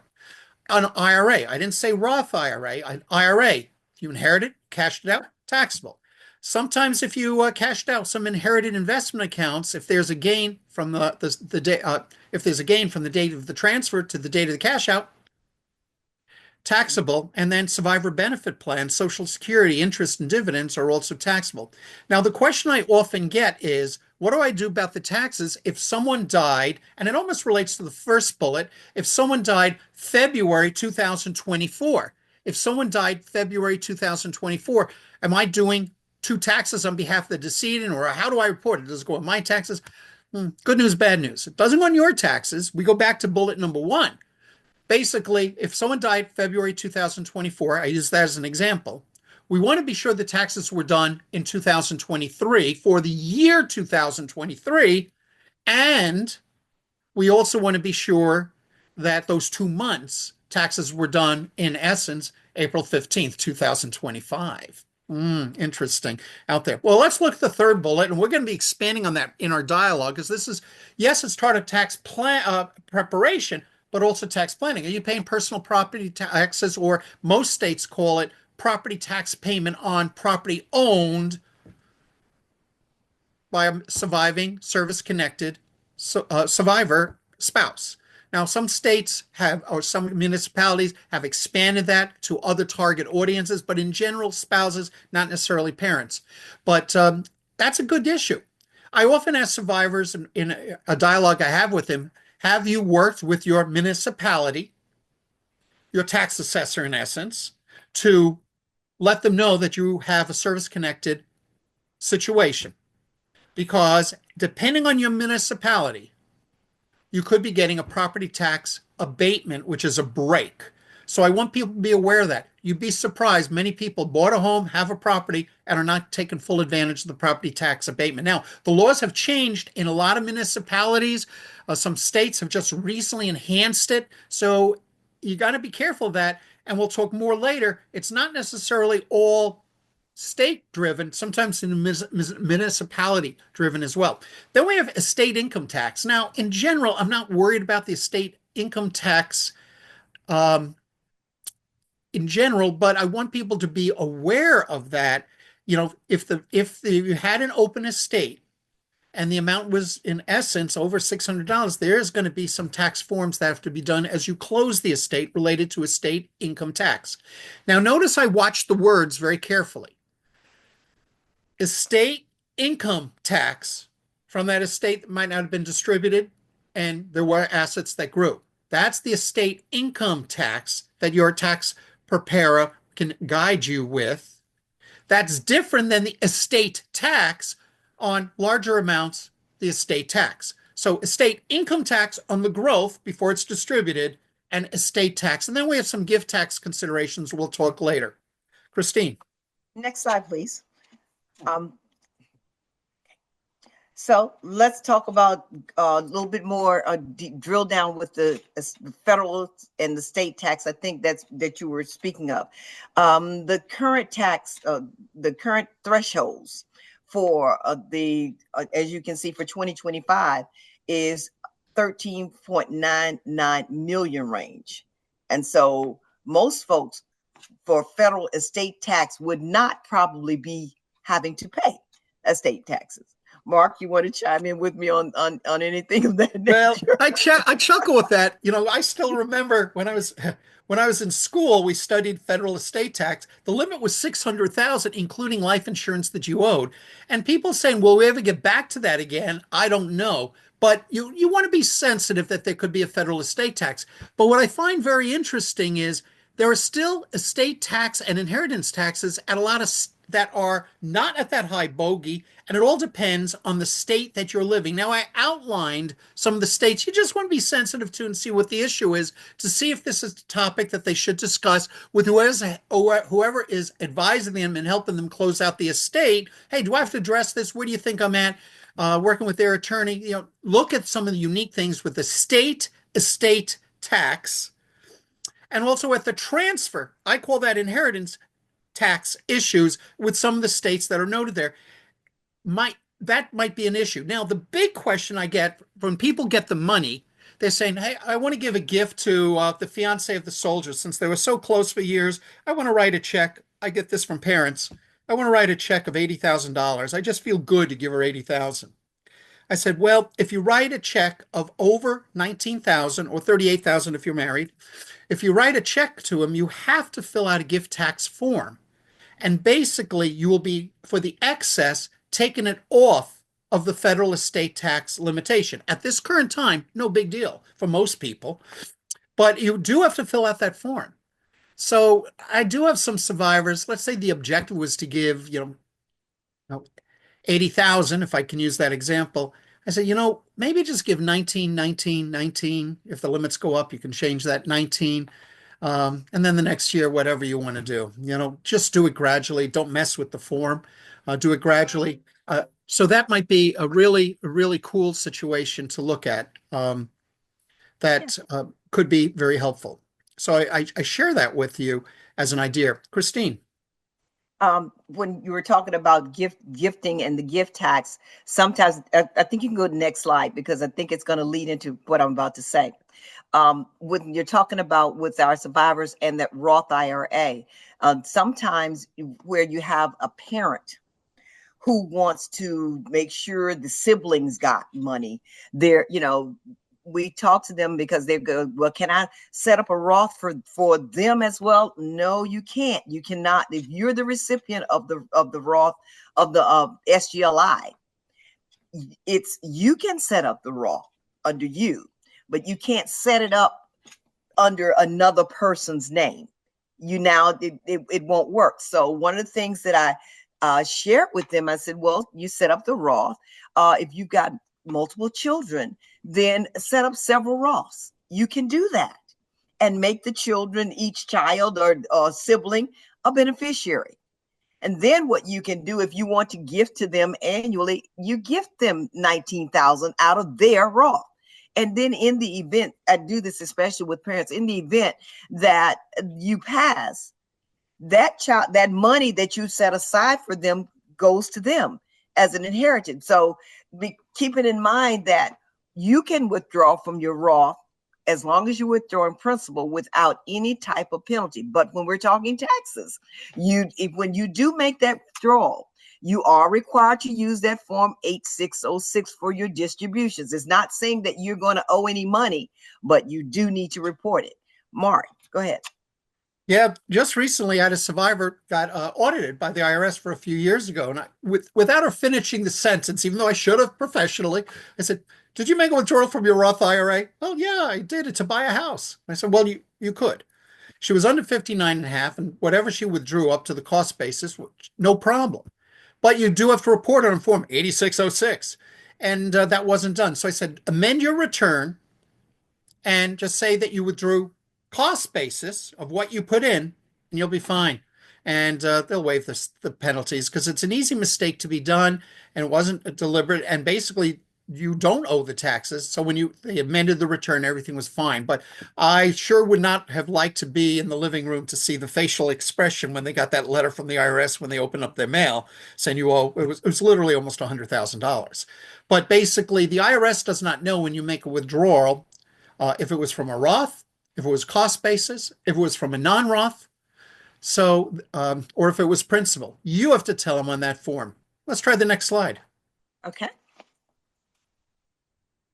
So let's talk about it, Mark. What are some of the tax filing statuses? You want to elaborate on that for me? Yeah, the big ones that we talk about, of course, you see in the bullets there: married filed separately, married filed jointly, qualifying widower, head of household, single. And I often tell people, one, fill out W-2s for any place that you're getting money in. Appropriately here, you can see when you can use the surviving spouse can actually file a joint return for the final tax return. And the final spouse who remains unmarried can use the qualifying widower filing status. But the big thing that I ask people to be sensitive to, this is for tax withholding. That's one thing. How do you want to have tax withholding? And another factor is how are you going to file it when you do your final tax return for the year? Withholding is an estimate. So if you're a little off on that either way, remember what you do on April 15th, that's where you really got to hit the numbers exactly. Do I owe money or not? So when you file and you do an estimate, filling out a W-4P for the pension, or as we call it, the survivor benefit plan, or a W-4 at work, or a W-4V for your Social Security, if you're a little off on that, or if you think that not enough was being pulled out, at the bottom of the form, when you fill it out, you can actually have an extra lump sum pulled out. So yes, the status is important of what you have for tax withholding, but it is super important to have the right status for your benefit when you do the final tax return, and we're going to talk about that in a moment. But if you don't think enough is still being withheld, and you will know that as you do your taxes now, have some pulled out. And we talked earlier how you can do that, with DFAS on the SB, with the SBP, with the W-4P earlier in the presentation. Have additional money taken out, especially if you're getting money from other sources, especially if you're getting interest and dividends because your money is not in a Roth IRA. It's out there earning interest as well. So we don't want you to have to owe taxes come April 15th. So yes, status important. Equally important when you do the withholding, if you think you need to pull out some extra money, and in many cases people do, especially for the spouses that now are getting, in essence, the full SBP, in many cases, something to consider about. Christine. Mark, I want to go back on one thing that I think was on a previous slide. You don't have to go back. Was about when you're filing your taxes, what might come to your mind is, or it may ring the bell of, check your will. This is a great time to make sure that when you're looking at filing status and how you're going to file, You were filing jointly at one time. What does your will say now? This might be the opportune time for you to go and take a look at your will, because other documents such as your will may very well need to be updated now. So that, this time, tax filing time may also click to say, wait a minute, that's right. I'm filing jointly now as a spouse because my spouse died this last year. I'm filing jointly, but going forward, I need to also change that will while I'm changing my filing status. Mark? That's an excellent point. Yesterday, you and I had a conversation of a situation, life changed, but they never updated how much should be pulled out for their health insurance with their employer. So they were doing full family rate and still have full family rate coming out, but there's now one less member in the family for one reason or another. But they didn't change the withholding with their health insurance plan through payroll deduction with their employer. So this filing taxes, yes, it's a prompter, it's a reminder. It's sort of like with the smoke detectors when we change our clocks forward and back. Give it a checkup. This is a time to do a checkup to see, are you paying for family rate for some items that should be a single rate? And even with your auto insurance, have you updated your auto insurance that there's respectfully maybe one less adult on the policy? So excellent. Thank you for that reminder, Christine. Sure thing. Next slide, please. So next question for us, Mark, who is to file income taxes? You want to have a stab at that? Yeah. If in doubt, file it. Because even if you have such low income that you don't owe money, you might be, let's look at the bullet on the right-hand side on the bottom. There might be a credit or even a refund. So it's wise in general to file taxes even if you feel you're not earning decent income. It could be that it's low enough that you're going to trigger a couple of credits, and some of the credits are cash. So say, well, I don't know money, I didn't earn a whole lot. They pulled out taxes. It wasn't a lot. You might get a credit back more than even the taxes that were pulled out. So the details of that, we gave you some references. I make reference to publication 501. A lot of issues there. If in doubt, there's no harm filing it. On a personal note, as someone that's gone through 4 children that have now beyond college, when I had to fill out the FAFSA to get any potential financial aid from the college or scholarships, even for academic scholarships, they wanted a FAFSA on file. It was so much easier when I could upload their tax return, even though their income was very low, little interest, little dividends, a part-time job. They didn't have to, but it was so much easier than to upload the information, the FAFSA, then type it in and then be audited and by the college, make sure it's right. So it makes life easier, especially if you have some teenagers. Great information. Great. Next slide, please. So I think you spoke of this before. A final tax return may need to be is required to be filed. And you gave an example before, I think, of the person who passed February of 2024, but so they hadn't filed for 2023. So that's what this is, just a reminder that when you're getting into tax filing, make sure that you've covered all the years that need to be filed. Yeah. And that's a key thing that's out there. And, that's a tough thing for the survivor when I say, have you double checked that the taxes were filed for a prior year? I was with a survivor on Friday, and it turned out for some reason, because the soldier was ill for a while, they didn't file taxes for 2 or 3 years. So we guided them in the process of doing that and actually had to help them find W-2s and 1099s for that. But yeah, especially with debts that occur around now, you're probably going to be doing 2 tax returns on behalf of the deceased. Okay. Thank you. Next slide, please. So, who files the final income tax return? That's a tough one. I had 2 parents in different households say, who does it for my son? And I said, it's first one who does it, fills out Form 1310 with the IRS. You fill out a regular tax return, and then you have a cover sheet. it's almost like an old-fashioned fax cover sheet. The cover sheet is Form 1310, and you basically say, why are you filling out the taxes if you're not the person with filling it out for it? Basically, it says I'm doing it on behalf of the deceased. IRS doesn't care who does it. If there are two parents, which one's first in the box, they get to do it. That becomes very interesting when both do it. So I encourage them to chat with each other on that topic.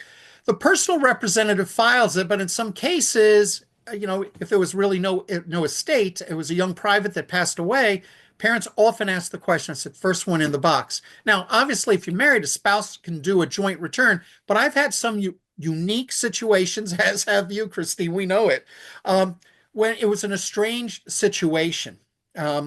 So the spouse did her thing, the husband did his thing in this case, and they didn't have each other's records. They were separated for a while.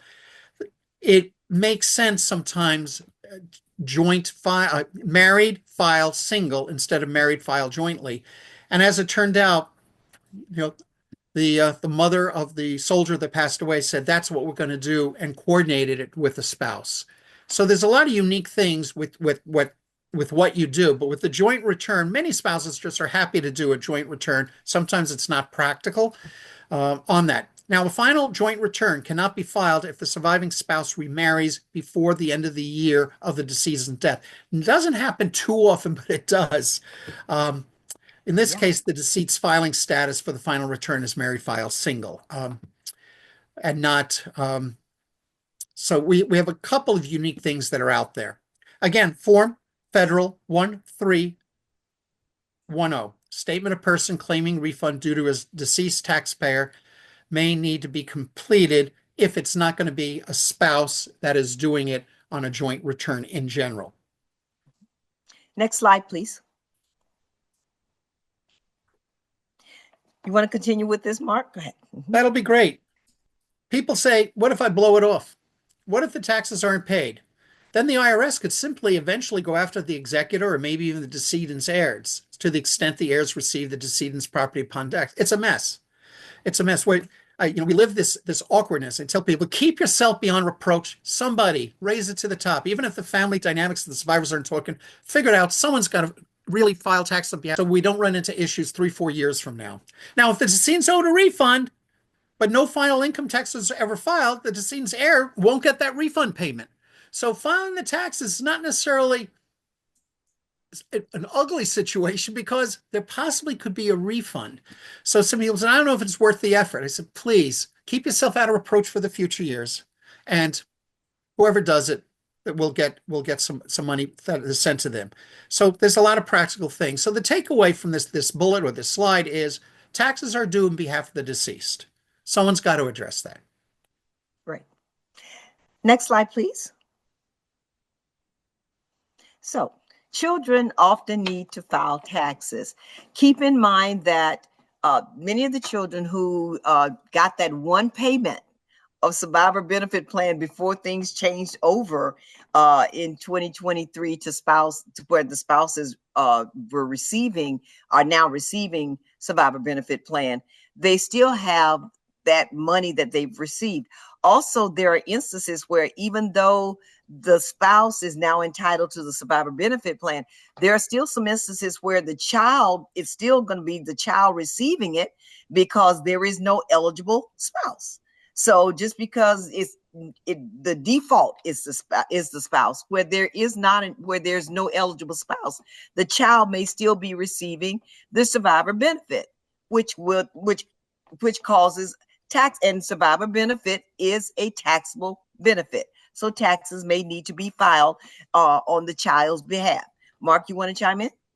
Yeah, I appreciate that. And you look at the OSBR report. Again, I use that religiously in half of the last 15 years.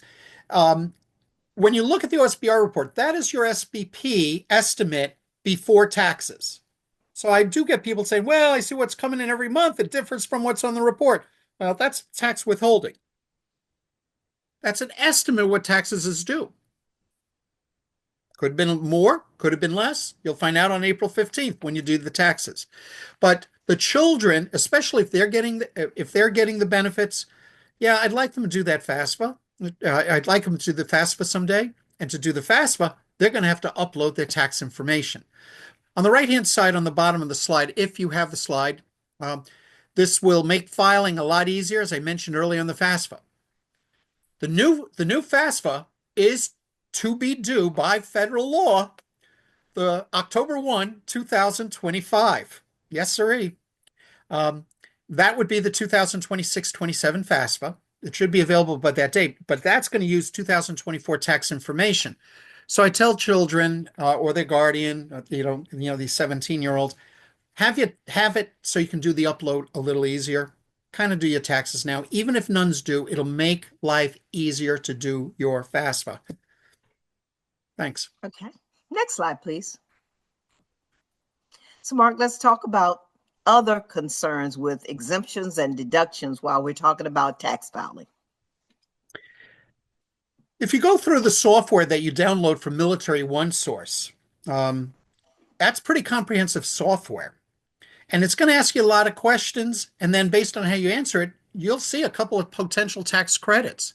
One, if the descendant's final tax return, maybe they qualify for an earned income tax credit. If a soldier didn't work all 12 years or a service member didn't work all 12 years, 12 months, didn't work all 12 months, and that was the only real income in the family at the time, it could very well be there's an earned income tax credit because the annual salary for the year could trigger that. The beauty of using some of the software that is available to you is that you can see if you do qualify on that return for an earned income tax credit. I also have some surviving spouses not working. They're living on the SBP and other income. In some cases, their income is low. They're basically doing part-time work. They're raising the kids. It could very well be there's an earned income tax credit or a child tax credit or an additional child tax credit if applicable. So you have a lot of the unique things that could be coming through. So using a software like the Military OneSource downloadable software that's available to you is a slick thing to do. Also, if you look at their software, and we run into this with many families, that they also look at the adoption tax credit. They ask you a couple of questions, does this apply with this? And you would see some unique things that are out there. The bottom line is using a professional software, similar to what we just talked about, is helpful because it gives you a chance to make sure that the federal income tax credits are out there.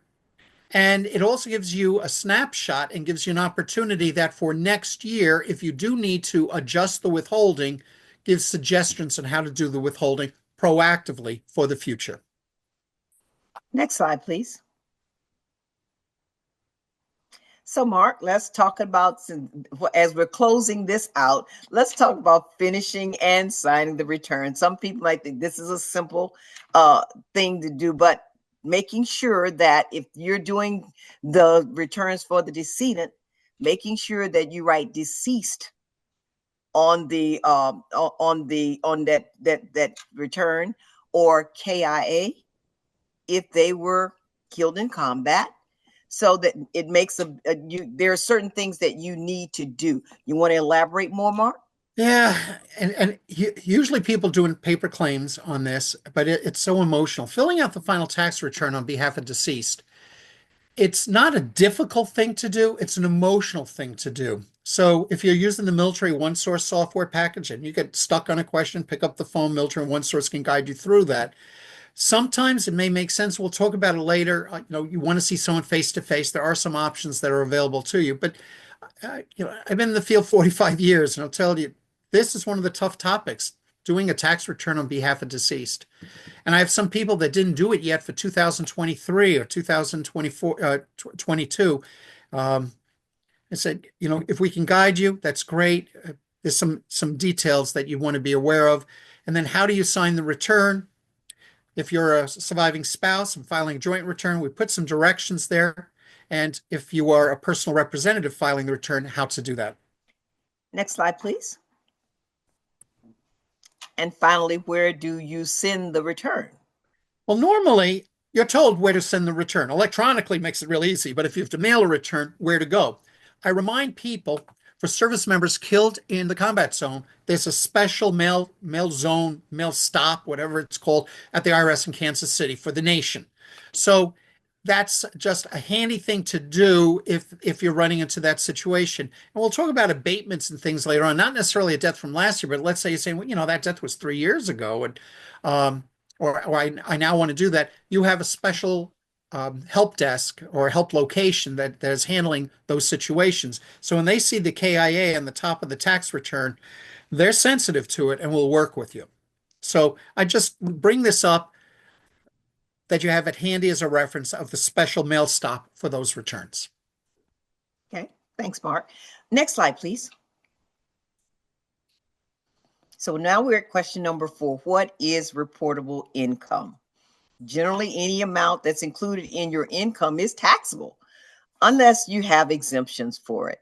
And that income that's taxable must be reported on your return, and it may be subject to tax, or based on your deductions, you may have paid more in taxes than was due you. Mark, you want to add Yeah, to thank that? you. Of course, if you're getting a W-2, yeah, you report it. Of course, if you're getting a 1099 interest dividends, you got to report it. But many people don't realize that there are some things that they might not have received in the mail. And that's still reported to the IRS just in case it didn't make it to your mailbox. So if you had some dividends, income, interest that accumulated before you put money into a Roth IRA, we can talk about that later. Social Security, either go on the systems, past employers, Social Security website, go to your bank statements and see what the 1099s are. But if you had interest, it's taxable. Now, I want to clarify, VA benefits are not taxable. Next slide, please. So there you go. You walk right into our next question. So which of the benefits are tax exempt? So we're beginning with life insurance, such as the death gratuity and the SGLI, that's the benefit itself are tax exempt.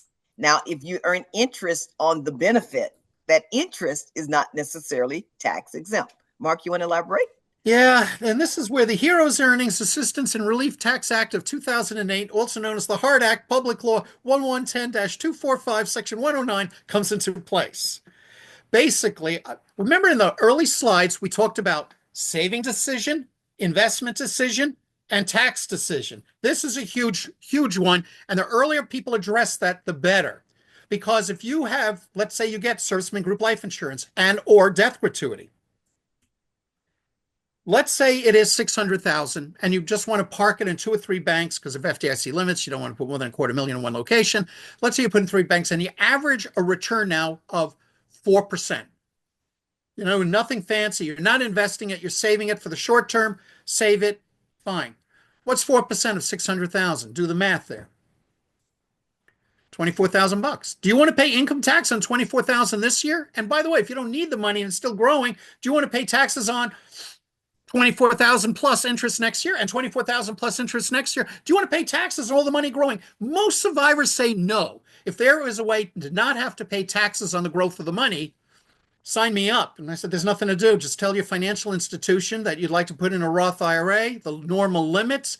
Like I'm over 50. I know I don't show it. It's clinic, but you know, it jokingly. But the interesting thing is, if you're over 50, you can put 8,000 into a Roth IRA. If someone's under 50, you can put 7,000 into a Roth IRA. But if you're getting a SGLI or death gratuity, and you can put it all in addition of what you're allowed to do into a Roth IRA. In addition, you can put that into the Roth IRA. So there is a tax opportunity. Now, if you wait until the 364th day of the year, that's fine. You got it under the 365 days. They can do the HARD Act. But the interest that grew from day 1 to day 364 is taxable. So a lot of people early on make a tax decision, knowing that they can always pull the money out of a Roth IRA up to the cost basis at any time. So I have many survivors, even in the first month or two, they don't make an investment decision, but when they put it into a savings, they make it a Roth savings account to get tax-free growth, even for the first year. But don't worry, The good news is you have 365 days to make a tax decision. This is not an investment decision. It's a tax decision. And for most individuals, they say this is a no-brainer. Correct. Also keep in mind for when you're talking about benefits that are tax exempt from like you said, benefits coming from the VA, such as the DIC or the education benefit, the DEA education benefit, for scholarship payments that are or other scholarship payments from nonprofit organizations. Those benefits are not taxable to you. So sometimes I get questions when survivors are trying to prepare to get their documents together. They're like, I didn't get anything from the VA. You're not going to get a 1099 from the VA because those are not taxable benefits. Next slide, please. So what income, expenses, assets, salary, and withdrawals should be reported? Mark, you want to start out? Well, first of all, we mentioned earlier, be sure you got all the W-2s and 1099s. This applies to all Americans. I mean, right now, I'm doing my own taxes, and I said, wait a second, I'm missing one. And, it's a spot check. Make sure you have it all, because even if you're going to use a tax preparer, you're going to have to give them the shoebox, and if it's missing one, it's not going to be an accurate return. So if the payer issued the form to the individual, they also issued one to the IRS. Sometimes, though, one could be overlooked. One could have been just discarded accidentally in the junk mail, or they didn't get it in the mail and they just forgot to go online to look for it. So you want to be sensitive to that.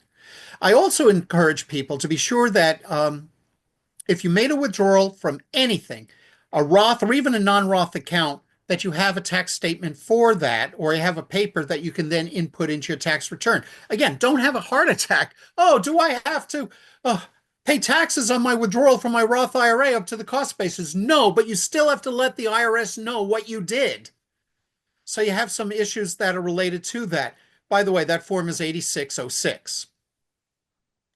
And I would say when you're doing Roth withdrawals, keep in mind it's always a good practice for you to keep track of how much of the principal that you're pulling out.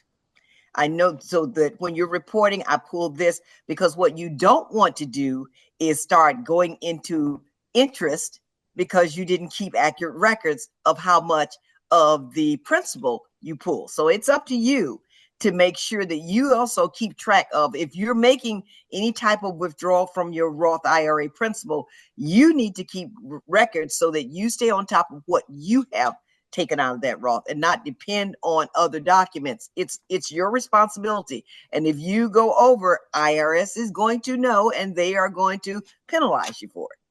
Just a thought. Next slide, please. So what tax credits are available to pay for higher education, Mark? Many of our survivors miss this, but sometimes they have an opportunity, and the Military OneSource software catches this quite well. The two big ones that I see coming into play is the American Opportunity Credit, which I've documented there, and the Lifetime Learning Credit, which is on the next slide. So what we want to be very careful here, and the software package that you do have through Military OneSource helps figure out which is the best one. Now, an important distinction is that you can't double dip with the two educational credits. That means you can't claim both the Lifetime Learning Credit and the American Opportunity Credit in the same year for the same student. You need to choose between them. And the American Opportunity Credit is available for each qualifying person on a tax return, while only one Lifetime Learning Credit can be claimed on each tax return. The software will walk you through that very practical situation. And for some people that have educational expenses out of pocket for whatever reason, don't ignore these two potential credits. Oh, by the way, you won't have the chance to ignore it, because if you answer the questions carefully on the Military OneSource software, it's going to prompt you for it. But now you know what you're being prompted about and why. It's good news. Great information. Great information. Next slide, please. So let's talk about what items are exempt from reporting. We've briefly touched on that, and then talk about the standard deduction. Mark? Right. You're right. Veteran affair benefits are not taxable. That's great. And then the standard deduction, I got to share, I had the honor 3 weeks ago to do a presentation for the National Guard Survivor Outreach Army coordinators, and I know some are on this call today. It's an honor to work with you, and I really appreciate that. But what we brought up on that conversation, I told this story. I said, I had a lady, it was the day of that presentation. She came and she just wanted to be sure she had everything ready to show to a tax preparer. She's going to have it done manually by someone. And she brought in a shoebox. And she had things in there, what she gave to the place of worship. She had her tax statement. She had her mortgage statement. She had a really good shoebox. And she had a lot of things that, yeah, were itemized, and bills, including some of her medical bills not covered by TRICARE. She was so proud at her organization skills, and that shoebox, yeah, it was pretty full.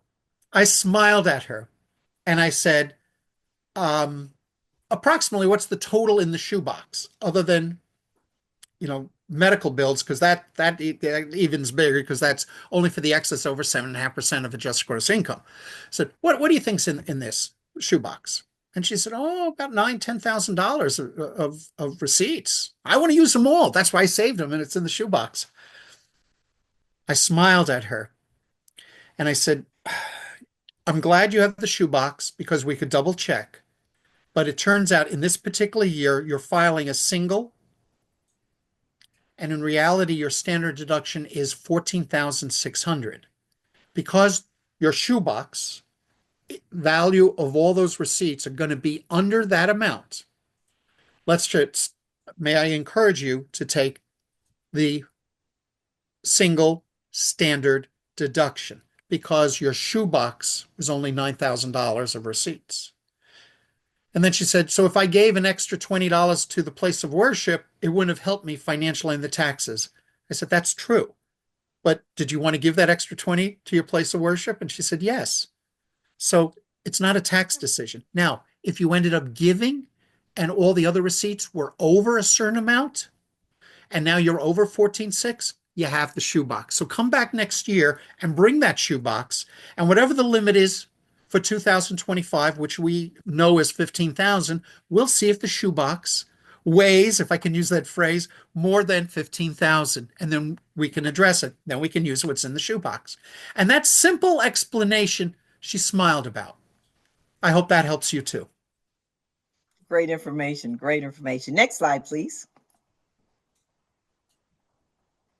So earlier you talked about abatement briefly and said we get to it. So what type of taxes can be abated? Let's dive into that abatement. Abatement can mean different things in different target audiences. We talked earlier about property tax abatement, so I want to make that clear. A property tax abatement is what you can get on a service-connected disability. Many of our active duty deaths are service-connected disabled, but it also is an expanded audience, and I know we have some other survivors that are not active duty on this call. Welcome. And if you have proof from the VA that you have a service-connected death, that could be as simple as a VA statement saying you're getting DIC. Depending on the office of the VA, office of the tax assessor where you're at, how they want to look at the VA letter. Some wants an official letter from the VA saying you're getting DIC. So that works quite nicely, tax abatement. Now, I live in the state of Missouri. We don't have a tax abatement for property tax. But if you go across the river to Illinois, they have an extremely generous property tax abatement. So it differs by state. And then if you go to some of the states on the East Coast, it differs by how it's interpreted by municipality, although there's a lot of changes going on with that. So I want people to be sensitive. Are you a military survivor of a service-connected disability, a survivor with a spouse who had that situation, and are you getting a property tax abatement? If you don't know, you might want to check with the tax assessor in your area if you're getting it. And make sure that all the forms are on file for tax abatement, at least for this year. Some municipalities, if you didn't do it for the prior year, will work with you on that. Few and far between, but that's something to even ask if this was like an aha conversation. Like, I never inquired, but at least we got it going for moving forward. So thank you for that. Now, abatement. Abatement has another situation. What are some of the tax provisions for survivors? If the surviving member died because of active duty in a combat zone, that's another type of abatement. We talked about it earlier, where you can abate your taxes. Now, I'm going to give you a lot of reference slides on this because there's not a lot written there, but any taxes paid for the year of death will be refunded, even stateside death, and any tax liability at the date of death will be forgiven. But the abatement actually can go back to prior years, retro up to the first deployment the service member was in a combat zone. So if he was in one combat zone and passed away, technically, if, let's say 2 years ago was in a different combat zone, you can go retro to that. Now, there's different interpretations on it. One interpretation is you can actually go all the way up to the 3-year statute of limitations. Some tax professionals feel that on the abatement you can go further back. That's between you and your tax preparer. Way I grew up was 3-year statute of limitations, but I know that question does come up.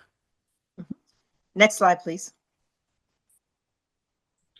So this is an enrichment slide on the forgiveness for combat deaths. Just want people to be aware of it. That's out there. It's more of a reference slide, and I'm so glad that Military OneSource is making this presentation available to you after this is over, so you do have some of these slide decks, because it's a good reference tool to just look at some of the minutia on how do you do and request for the abatement. Thank you. Next slide, because it's going to continue with this. So talk Again, about because previous tax treatment. Yeah, and how far to go back? Again, the statute of limitation usually is 3 years. Again, different interpretations. There is inconsistency on that, but I want you to be aware of what does Section 692A, what is abated. Technically, it says it can be abated retro to the first day a person serves in a combat zone. It stipulates a combat zone rather than the combat zone. That gives clarity that it could be a different location as compared to the first or second deployment. So you have some things that are out there, and then how to get the refund that's out there. So those are some of the thought processes. I'm throwing in 65511A about the 3-year rule. I know there's Next different slide. opinions on it. Thanks. Mhm. And this is a wrap-up slide. Again, Uh-huh. reiterating what we have, rephrasing it, talking about the 3rd year. I just want you to have it as a reference, because it's tough even to find this information, but it is public domain. By looking up all those codes, have the secret sauce, if I can use that phrase. Sounds great. Public domain. Okay. All right. Next slide, please. Let's go to our next question. So let's talk about what are some tax preparation resources. First of all, we talked about earlier mil tax and the support that you get through Military OneSource. That's great. Some people like face-to-face. Military OneSource has resources that are out there. They have a lot of tools, and a great tool. But if you're really looking for a face-to-face, and I have this sometimes with new survivors, I have this sometimes with retiree survivors that come to our place. They want someone to just hold their hand. They want to bring the shoebox and see what is applicable, and then hand what is applicable, like the 1099s and W-2s, and if the shoebox is over the limit, to someone who can guide them. They just want face-to-face. There's a program known as the Volunteer Income Tax Assistance Program. You'll find that on a couple of military bases. In a few places, you will have a VITA center near a military base and throughout the country. Now, what I tell people to do is, if you want to go this route, the VITA tax volunteers in many cases, but with a heart of gold, and they've been there, done that, is see if there's one in your area, and see how do they take in walk-ins? Do they do, how do they handle drop-offs? Not as common. And if they will guide you and help you, you'll do an intake form 13614C. You do an intake form, and you fill out an intake form. They'll just do some typing to help you out through the intake form and guide you. You'll look it over. You'll sign it. a nice service that the Volunteer Income Tax Assistance Program has. That's a good resource. And that has been my number one go-to when people want to have face-to-face. Now, the ARP Foundation Tax Aid site has some resources, again, with several volunteers. So that is another option out there. Next slide, please. But there's more other options. But before I talk about that, I'd like people to be aware of that form I mentioned. Look at 3676-B. It also reminds you what to bring, what intake information to have that you bring over when you're going to have someone guide you and help you do the preparation of the return. Many services that are out there vary by site due to the availability of volunteers certified with the tax law expertise required for your return. The IRS checklist is out there, so if you go and have an appointment, look at the checklist so you know some things. Aha, I should bring that. Now, there are some additional resources available. My Free Taxes from United Way is out there. If that works, sometimes we do have some people that say, I no longer qualify for military one-source services. Here is a potential option that has been made available that the IRS notes on their website as an option. Other online help for military families can be found, again, by Military One Source, and the IRS free file program is available that some people avail themselves to. I am not discounting any of these, not promoting any of these. But what I am saying is, if you want face-to-face in many situations, there still are some resources available to you that are done in general by volunteers. Great. Next slide. The links. Everything I shared with you with Christine, you will see, try to give you references.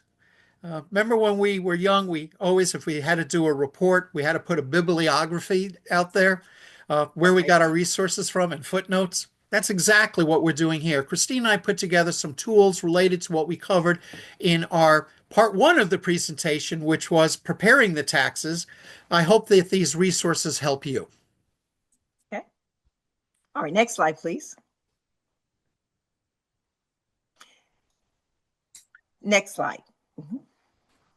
Okay. So we're going to part two. And we've talked about the tax part of it. So now we're going to go into the discussion questions on tax and financial planning. The topics we're going to discuss briefly with you are: what are some proactive tax planning techniques? What are some tax withholding considerations? How do I import tax information when doing applications such as a FAFSA? How does Social Security and Survivor Benefit Plan income tax plan impact tax planning? How does the Roth and non-Roth TSP, 401k, IRA impact tax planning? What are the potential Roth opportunities going forward? Where and how to report Roth distributions? And what are some legacy planning considerations? So that's what we're going to briefly go over in this last portion of our discussion today. Let's go with the next slide, please. So let's talk about, Mark, what are some proactive tax planning techniques? And I love talking about that. When you deal with a survivor outreach financial counselor, which Christine and I are honored to be, it's not all solving problems about money management. Oh, sure, we can help on that. But it's often being proactive, how your money can grow tax effectively. Being not reactive, but proactive. And that's exactly one of the topics when I have the honor to interact with a military survivor. I remind them what they can do. I'm very candid. I love the Roth IRA. It's my favorite four-letter word. Why? Because it allows me to save money that I don't have to pay taxes on the growth. And if I need it, I can pull it out.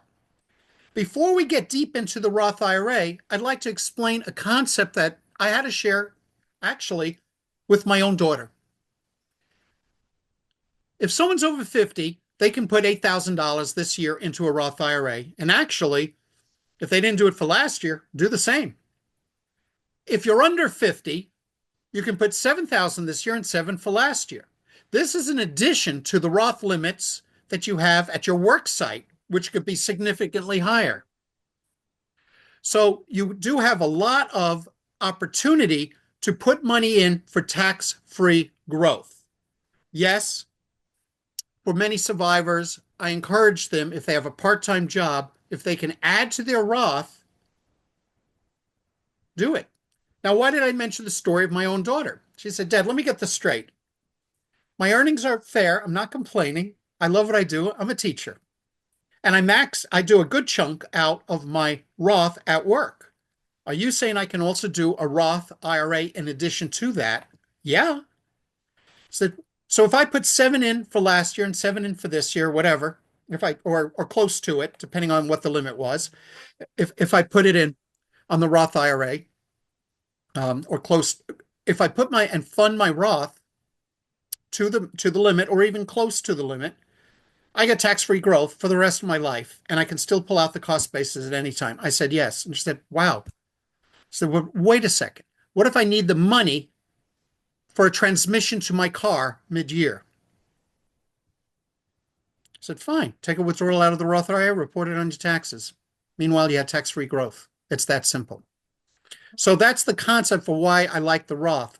So that's a key thing. So proactively, I ask people, can you afford to do a Roth close to your max limits or whatever it is, your max limits for at work, and then maybe a Roth on a Roth IRA, 7 or 8,000 for this year, and whatever you have for the catch up for last year, and then next year do the same, whatever the limit is for next year, which has not been published yet. So that's a very important concept that I tell people to do. Proactive, fund a Roth. And talk about the stepped up cost basis on when you're not talking Roth, you're talking about other inherited assets. Yeah, we got to be, it's kind of interesting. Let's say you inherit a home. I had someone who just inherited a home. The cost basis when it was purchased was 150,000. At the time of death, was actually, for the home they inherited or the asset they inherited, was 500,000. They said, well, I just inherited this home, 500,000. That's your cost basis. So I want people to be aware that when they sell that home, know what it was valued at the time of the transfer, because that'll be your cost basis. So if you sell it at a loss, you could have a loss carried over on your taxes. If you sell it at a gain, you could have a gain on your taxes. And for many people that inherit something, by the time they're done with fees, realtor fees, whatever, they might have a little bit of loss or a little bit of gain. So whatever it is, it's not over what was the value of the home that was purchased by the decedent. It's the value.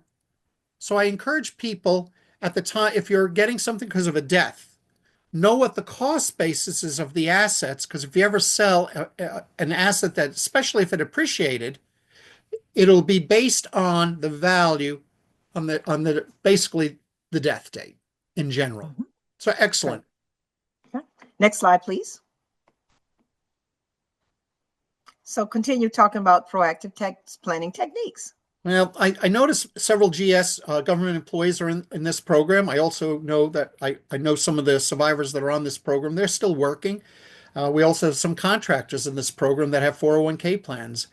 I'd say, one, I'd encourage you to look and max out your own 401k, your own TSP, your own program you have for savings going forward. But one thing a lot of people don't realize is if you're getting a thrift savings plan or from a service member that passed away because you're the named beneficiary or you're the default beneficiary because there was no named beneficiary, what do you do with the money? I've had people who say, I got the money and I cashed it out. That's a taxable event if it was non-Roth money. Mm-hmm. So I often tell people when you work with, in this case, it would be thrift savings plan or anything that you're inheriting, slow down and see if cashing out is really in the best interest. A survivor that I worked with last week contacted thrift savings plan. It was a spouse and said, hey, keep it running. If it was doing well for my husband, keep it running in that relationship. And they just, in essence, She picked new beneficiaries. If there is going to be, if there's another death, she picked new beneficiaries, and she basically has it in her name, and it's just going to grow, hopefully tax free. There's no guarantee unless it was in more of the G type of account, but not bad. So she's not doing that. I had another situation where the TSP was left to an adult child, and yet another one was left to a parent. So they cashed it out, totally cashed it out. I said, okay, that's what you did on the TSP. And now I'm not talking about Roth TSP, I'm talking TSP. When did you cash it out? December 15th. I said, well, you're going to owe taxes. You did not do a rollover to an inherited Roth IRA or inherited non-Roth IRA. You didn't do a rollover. You cashed it out. April 15th, you're going to be paying taxes on that. So the question I often get is, what are the alternatives? I often say, perhaps you work with the financial institution you're comfortable with if you're going to be getting TSP. If you're not a spouse, most spouses are keeping it there, I'm told. But if you're getting the TSP, if you're not ready to pay taxes on it, roll it to, in essence, an inherited IRA or inherited program. And depending on a lot of situations, you probably have a minimum of 10 years of more of the tax-free growth. Maybe take a little of the taxation pullout over 10 years, maybe do it all in 10 years. Under the Secure 2.0 Act, you have a lot of flexibility that's out there. But it also gives a wake-up call, a wake-up call. I had a mother recently and a father, they were together, and they came to me and said, we did not know that we could have put all 600,000 into a Roth IRA. We missed the 1 year deadline. I know we saved it, but we didn't do a tax strategy. Going back to that early slide we had, they said we didn't do a tax strategy. We missed the 1 year deadline. What can we do? And both of the parents that I was dialoguing with were over 50 years old, and sincerely, they were frustrated that they didn't meet that 1 year deadline. So I said, this is an idea. Max out your Roth 401k at your place of work. One of them actually was with the government, so it's a TSP. Hit those limits, and then also hit the max Roth IRA limits that we just talked about, the 7 or 8,000. And between the two of you, you can put 78,000 this year into a Roth. And next year, you can probably put, with inflation, you'll have higher limits most likely. Let's say it's 80,000. And over 5 years, you'll be able to put, if that was your objective, maybe 6 years, if that was your objective, put in what your goal was to put into the Roth IRA over time. And if your goal was to put the whole 600,000 in, gosh, in 7 or 8 years, you'll have it done. She said, I wish I didn't miss the 1 year deadline. I said, I don't want to, that's spilled milk.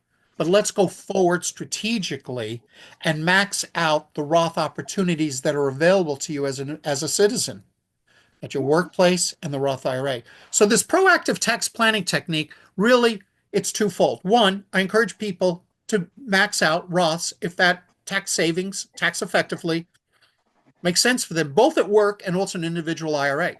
Number two, if they feel frustrated that they missed that 1 year tax deadline to make a tax decision, move forward positively and really max out your Roths.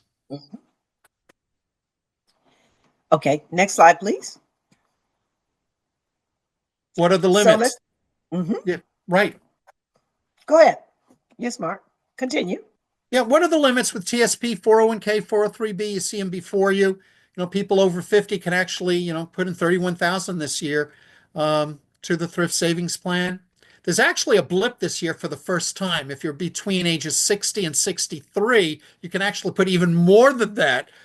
You might not have money left over for a new car, but you're saving tax effectively. So there are some blip limits to bring it up for those three ages, 34,750. In fact, the case I talked about, actually that family can actually put a little extra in this year. But nevertheless, I want people to be aware they can put money into the Roth TSP. That's part of tax planning. So when I meet with someone and they talk about tax preparation, we help them. But now we're proactive to talk about moving forward on their own. So these are great guidelines, and I just want to remind people, even those on the phone, I know we have some providers on the line, do your own soul search. If you have any play money, put a little more into your Roth at work. If you are working and you can afford to put some money in a Roth IRA, now's an opportune time. If you feel that you might need that money, remember what I told my dear daughter. You can always pull out up to the cost basis if you need it.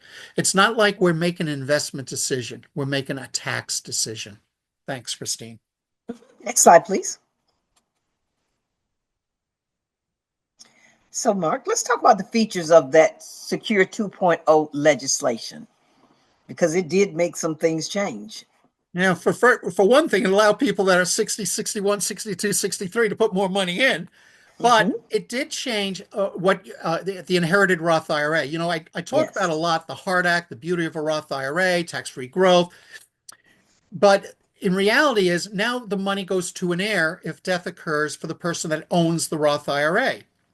In general, there's an expanded rule if minors are involved. But in general, it's a 10-year rule that the party's over in 10 years, if we can use that phrase. In general, you get tax-free growth to continue after the person who owns the Roth passes on. But let's say they name as a beneficiary an adult child or a parent or a sibling that's an adult. They only get 10 years of tax-free growth. Now, many will take advantage of that to the full 10 years, but then tax-free growth does not continue to occur. Right.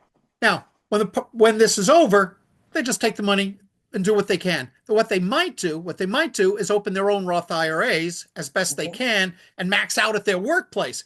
But to let people be aware, the new law does put some limitations on how long this tax-free growth could continue after the owner of the Roth IRA passes on. In past years prior to this law, there was the ability for that money to be stretched out over their lifetime. But now that's no longer there. You've now got this 10-year restriction. Next slide, please. Also keep in mind that when Mark is talking about if you miss the opportunity to use the HART Act, and you're going to be maxing out, he's talked about maxing out your 401k and the like. Keep in mind that he's saying this because I have some survivors who may not have a 401k, and they're trying to open up a Roth with income that's not earned income. You've got that restriction. You've got to have earned income to take advantage of any of these other things that Mark is talking about. So just because he's saying max out this, max out that, that's assuming you have earned income to match what you're putting in to the Roth. Okay. Thanks for clarifying earned income. Earned income is like income from working. So thank you. Now, one strategy I bring up, this is not for everybody, but I've had some survivors and I said, have you considered Roth conversion? Let me explain that. We have some people that, and I'm dealing with parents, they got money, now they came to them, but they also have other money and they're like, wow. And when we do some financial counseling, we look at it and many of them face the reality that many years ago, there was no such thing as Roth. The only thing they had was a traditional IRA or a traditional 401k plan. They didn't have the other options. So I said, well, what's in your 401k? What's in your IRA, if you don't mind sharing? And they tell me the number. I'm saying, whoa, there's going to be a day of reckoning when you pull that money out. And they said, yeah, and probably I think we're going to be all in a higher tax bracket in the future. And I said, well, I'm not going to go down that path, but if you feel that way and you think now we're at a low controllable tax bracket, you're in a 22 or 24% bracket, sir, is how I said. He said, yeah. But if you fear that you'll be in a higher bracket later on, or if you fear having too much money will change how you have to pay for Medicare Part B, which is based on income, you might want to convert some of your existing 401k money or IRA money to a Roth and just pay the taxes now at today's known tax bracket. That's an advanced strategy, but it's one with parents that come up periodically when we kind of help them look at the whole picture of what's going on. So bear that in mind, that it is a topic with a financial counselor to see, is that something to consider? And then they can meet with their tax advisor if they have one, or their their local financial advisor if they have one to see pros and cons of Roth conversions. It actually has worked nicely, I'm told, by several of our parents that are trying to put things together in relation to the fact that they just got some money. They'd rather that they didn't get that money, but they now combining it with other assets they have are now doing real financial counseling. Now, that being said, I have many people that are not maxing out their flexible savings accounts, including dependent savings account, including military surviving. I have some military surviving spouses at bases. I said, you have dependent care costs. Are you putting it into a dependent savings account at work? Are you maximizing your flexible savings account if you have access to it at your secular job? So I often tell people, look at those two situations, especially our military spouses with the dependent savings account. Are you putting money aside in a tax preferred manner so you don't have to pay income taxes on it or Social Security taxes, although that changes Social Security benefits a tad. But are you maximizing? Are you aware of flexible savings account and dependent savings account that are potentially available to you at your place of work? So that's an important thing I remind people. So for most employers, I know there's some exceptions this year with the DOD, but for most employers, this option is available every November, sometimes October, but in general November, for the following year, as well as some special enrollment opportunities as they arise. So don't discount it. It's something I find very useful. Next slide, please. So again, let's go over some tax withholding considerations. If you have SBP, are you pulling out a lot? Many people were blindsided, a year or two ago when Social Security went up. SBP went up 8.7%, and this year actually 2.5% on the SBP. Do you have enough taxes coming out? If not, you might want to adjust it as discussed earlier. Again, I gave you the forms to use, W4, W4P, or W4V, and basically the bottom line is you can always adjust your withholding, which is an estimate to the real thing you do on April 15th of each year. So that's an interesting situation. Now, this brings up the concept of the SBP, the Survivor Benefit Plan. When I encourage people to show me or Christine or whoever they're working with for financial counseling, the OSBR report, I ask them to look at the SBP. I remind them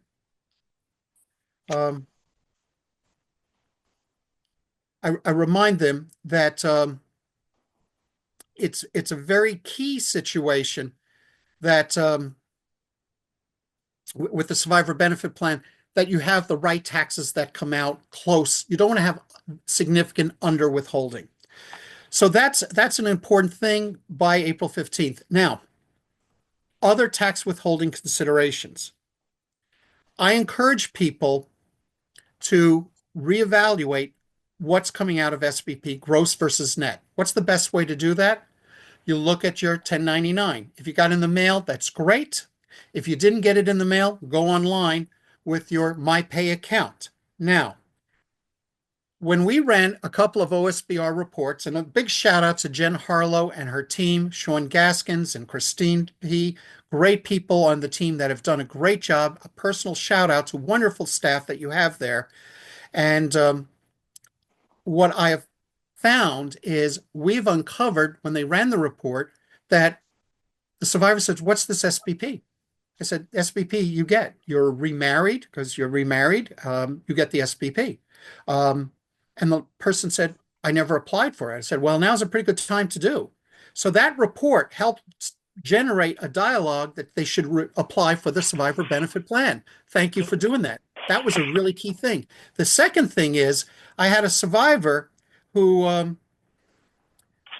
for some reason, wasn't an SBP at all. It turned out 16 years ago, they didn't apply. Now, that is a story in and of itself, and it probably will have to go to ABCMR, or if it's an Army situation. Why did they not apply? They thought, oh, it was smaller than the VA benefit, so I didn't do it. They didn't realize that there was, since 2009-ish, at least an SBP offset program that was out there. So this report is a wake-up call to see what options are out there and how to address those options. So I encourage people to run that every year. So tax withholding considerations, when we're looking at the SPP, combining it with the report, seeing how much it comes out, combining with the fact, are you even getting an SPP as a surviving spouse? And if you're a child not getting an SPP and you're full-time in school and you're under 22, and you know that the spouse is remarried, that's another dialogue, because technically you are entitled to the SPP under most situations if the death was in the line of duty. Great. Next slide, please. So we're here, we're just saying how to import tax information when doing your application on FAFSA. Now, Mark, I know that during the education training, we're only going to briefly talk about this because there's going to be another segment that's going to detail FAFSA, and we want to kind of stay within our time constraints. So go ahead. Well, first of all, I encourage everyone to do I encourage people to do their FAFSA, even if they get other benefits, even if they're using the nonprofit benefits. And I notice we have people on taps on this call. Thank you for all that you do to help people with their navigation of their potential educational benefits, not only from the VA, but from the nonprofit groups, from the state, from the federal government. I applaud you. So what's really key thing is I tell people do the taxes and upload it. Also, when you do a FAFSA, it may trigger, if you go into a state school or staying in state, depending on the state you're in, it may trigger some state benefits. Now, some of the deadlines for the state are early. I just want to remind you, Missouri for preferential treatment for next fall was January 31. So, but doing the FAFSA, doing it early, and be sure you answer question 16 carefully. The definition says, look at it very carefully. It wants to know if you lost someone that was killed in the line of duty. And that applies to first responders, the military. Be sure you answer that if it's appropriate as a yes. And then you got to go to the school. You could pick up to 20 schools to send your reports to. You got to go to the school and give them documentation that you answered that question correctly. But that's something new over the last 2 years. As Christine said, we'll be honored to talk a little more of that in our next DOD conference call. Next slide, please. Oh, sorry. Go ahead. No, but next. Yeah, the enrichment. Okay. So here we go. What do you do if you need to change your tax withholding for SBP or Social Security? Well, our wonderful guests that we had together from DFAS, and thank you for staying on the line here, they make it real easy. Some people upload the documents and give them the information with Ask DFAS. Other people use some of the other tools that are available. It has been a simple approach. But Social Security has also made it simple as well. By the way, as an aside with Social Security, I encourage everyone that is getting a Social Security, even the kids or children over 18, to have their own Social Security account. I logged into my account and it was interesting, gave me all the estimates, but I also found out one of my past employers didn't even fund one of my years. There was a mistake somewhere, and I'll fix it, get it fixed in my past life, and it showed up when you look at the historical, what was put into Social Security. It's a handy thing to do. If you registered for Social Security like 20 years ago, guess what? Do it again. Because of the new platform. It is a robust platform to register for Social Security, and then you can log in. So you have a lot of opportunities, and a shout out to both DFAS and even Social Security for enhancing things. A takeaway is make sure you have a Social Security account that you can log into. Next slide, please. So let's talk about how the Social Security and Survivor Benefit Plan income impact your tax planning. I think we briefly talked about that, but if you want to add some more. Mm-hmm. Well, we all know, and you see this on the reports that Miami Benefits puts out, and you see this on the reports, when a child, the youngest child turns 16, Social Security goes into what in the industry we call a donut hole, and doesn't come back again unless there's a disability for the survivor, then it's 50, and then doesn't really come back again until 60 if they want to take, with the reductions, Social Security benefits starting at age 60. That being said, when people start getting Social Security again, let's say around 60, if that's what they want, although I have some survivors that are working, they're delaying it, or some doing some strategy that's collecting, they're waiting until 62, collecting their name, going to their spouse's name, or vice versa, whatever. We have a lot of scenarios. But I want people to realize now you got two sources of income. You got your own salary, plus you have the Social Security, both coming in. So somewhere you want to take a little more money out. Many people will just increase the withholding at their work site, especially if they're only going to be at the work site 2 or 3 more years. Doesn't matter. Just have extra money come out when you have two sources coming in, especially when Social Security is coming back into the picture. So that's the takeoff. Great resources we put there for you on that. And again, on these links, I hope you find them helpful. Next slide, please. Enrichment. Again, yeah, go ahead. Enrichment. This is all for enrichment. We're looking at what we can do. Reminder, Social Security benefits may be taxable. Generally, Social Security benefits are not taxable if the individual's total income is under $25,000, if you're single, head of household. But again, go through the software, see and put in what's out there. In general, as a review, who's taxed? It's the person who has the legal right to receive and the benefits. Next slide, please. More details on Social Security. The bottom line is, in the event you have a disabled child, Social Security can continue just like VA continues, and just like if they are getting SBP, because there was no eligible spouse or is no eligible spouse, that can continue. 3 separate groups that you got to work with if you are in that situation seeking continuation. And in reality, you're doing the same thing for DEERS. We bring that up. But also, when we come to survivor benefit plan planning, remember children, if there's no surviving spouse, if they're in school and documented, it goes all the way to 22. Sometimes I get tongue twisted, especially with so many children saving the FRI benefit. DIC potentially can go to 23. Survivor benefit plan potentially can go to 22. And that in this category would be for the non-disabled situation. But remembering you have 2 different dates that are there. Right. Next slide, please. This is a summary of what you heard from Jen Harlow a while back. And Yes. running that report there, her workshop was so stellar. I go also, there's a workshop still on online survivor benefit report that I refer people to log on and get their benefits.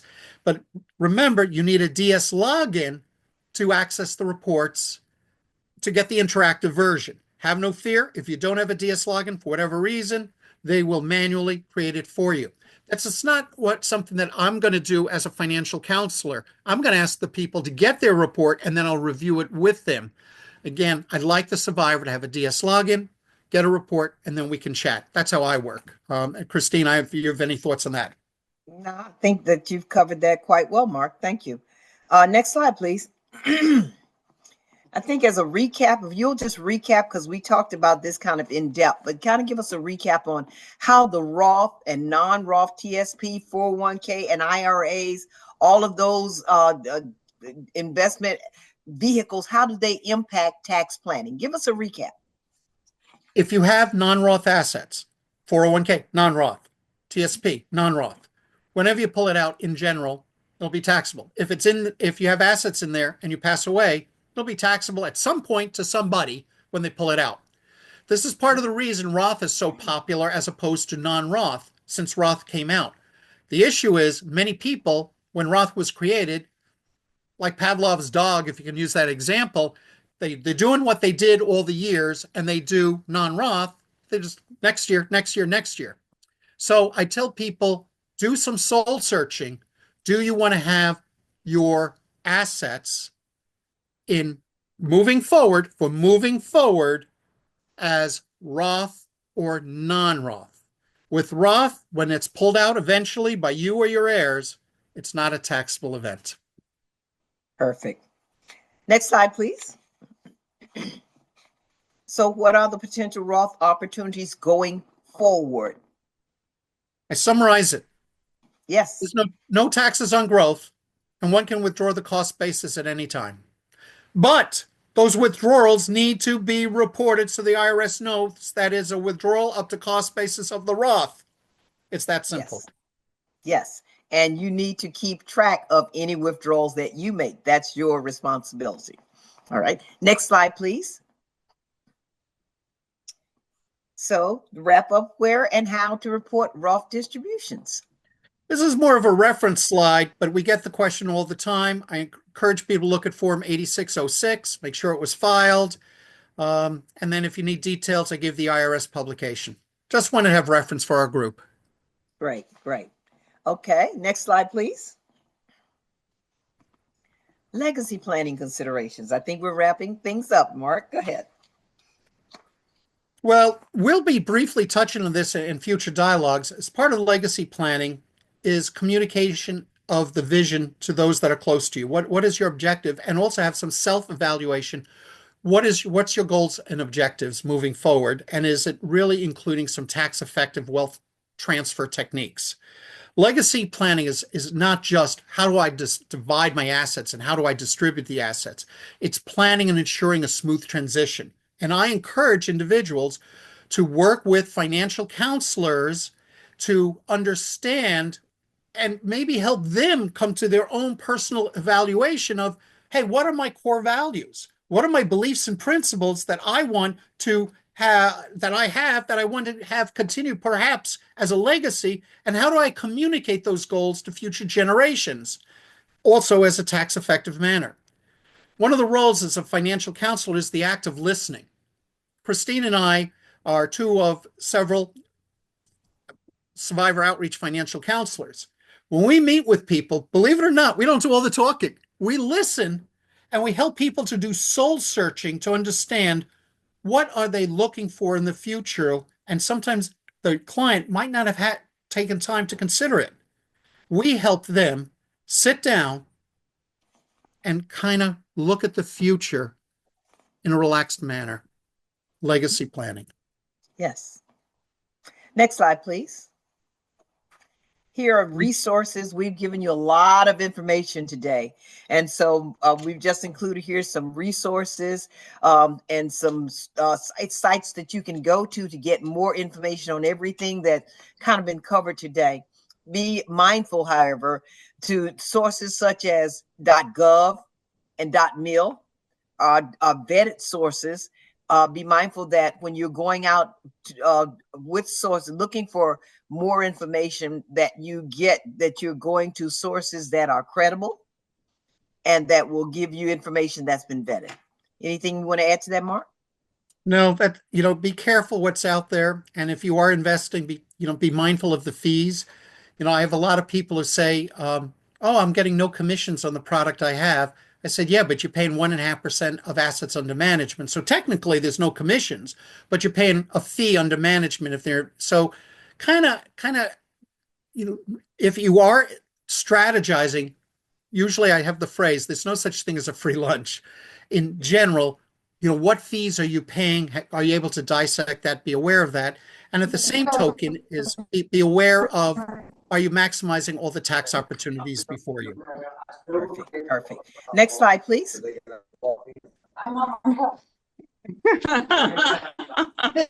And we're giving our resources such as Military One Source. Here are resources many resources that you can contact for information. And Mark, you want to close us out, because I think that's the end of our slide presentation. Yeah, and this is great. And one of those podcasts that we did with Military One Source, and Bruce Moody, thank you for being on this call. What a moderator! It was a joy to work with you. We did on December 2nd, and it really brought a lot of practical things. What is a financial counselor? How to use them wisely, how to take advantage of the resources that are available to you from the Department of Defense. And at the same token, we actually spoke a bit about the Roth IRA and had an opportunity to talk about Social Security strategies. So Yes. that was kind of an interesting thing. And again, we're going to be back in June to, in essence, give part 2 of what we're doing. And I hope that people appreciated this. What a joy it was to do this with my colleague, Christine Murphy, and also with the team with Military One Source and the Office um, of the Department of Defense. And it was an honor to listen to the other speakers, including the VA, and to have the director personally on the line was a real joy. Thank y'all so much. Any questions? Thank you. And thank you, Mark and Christine. And so far, we haven't gotten any questions in the Q&A. We've got a few minutes, so we are at 3 o'clock. And again, there's always the survivor inquiry form. You can reach out to us. We will get the answers from the right folks and get them back to you or get you directly in contact. And I think everybody can see this. I'm going to drop in the location in chat that the Survivor Symposium recordings are on. And if I'm reading this right, everybody should see that down in the chat window. So there's the link where this will be posted and the past recordings are there.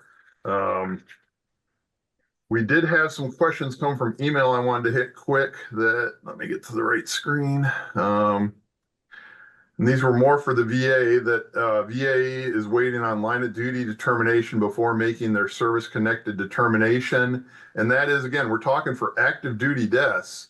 The VA has to wait if the service still lists the cause of death as pending. They will not complete a line of duty until the service has completed their investigation. We had a question about VA and DFAS regarding remarriage and the holding oneself out to be married, which was removed in recent law updates. So a spouse could cohabitate and have a commitment ceremony, and there will not be penalties anymore. And the last question was on the Dole Act. They asked, they don't see where the Fry Scholarship addresses remarriage, and it doesn't. For all the acts, remarriage, you're no longer considered a surviving spouse. And you can see the definitions in Section 101 of Title 38, and in the Dole Act, it specifically Section 303 still defines a surviving spouse to include you are no longer a surviving spouse if you're remarried. And it said we can't comment on pending legislation. We know there's the Love Lives On Act, but we have to follow current law and policy. So any other questions? And while we're seeing, that was our final topic for the afternoon. And a reminder that the next symposium will be on June 27th, 2025. You will receive an email, same email you've got as the invites in this. You will receive an email with a survey link.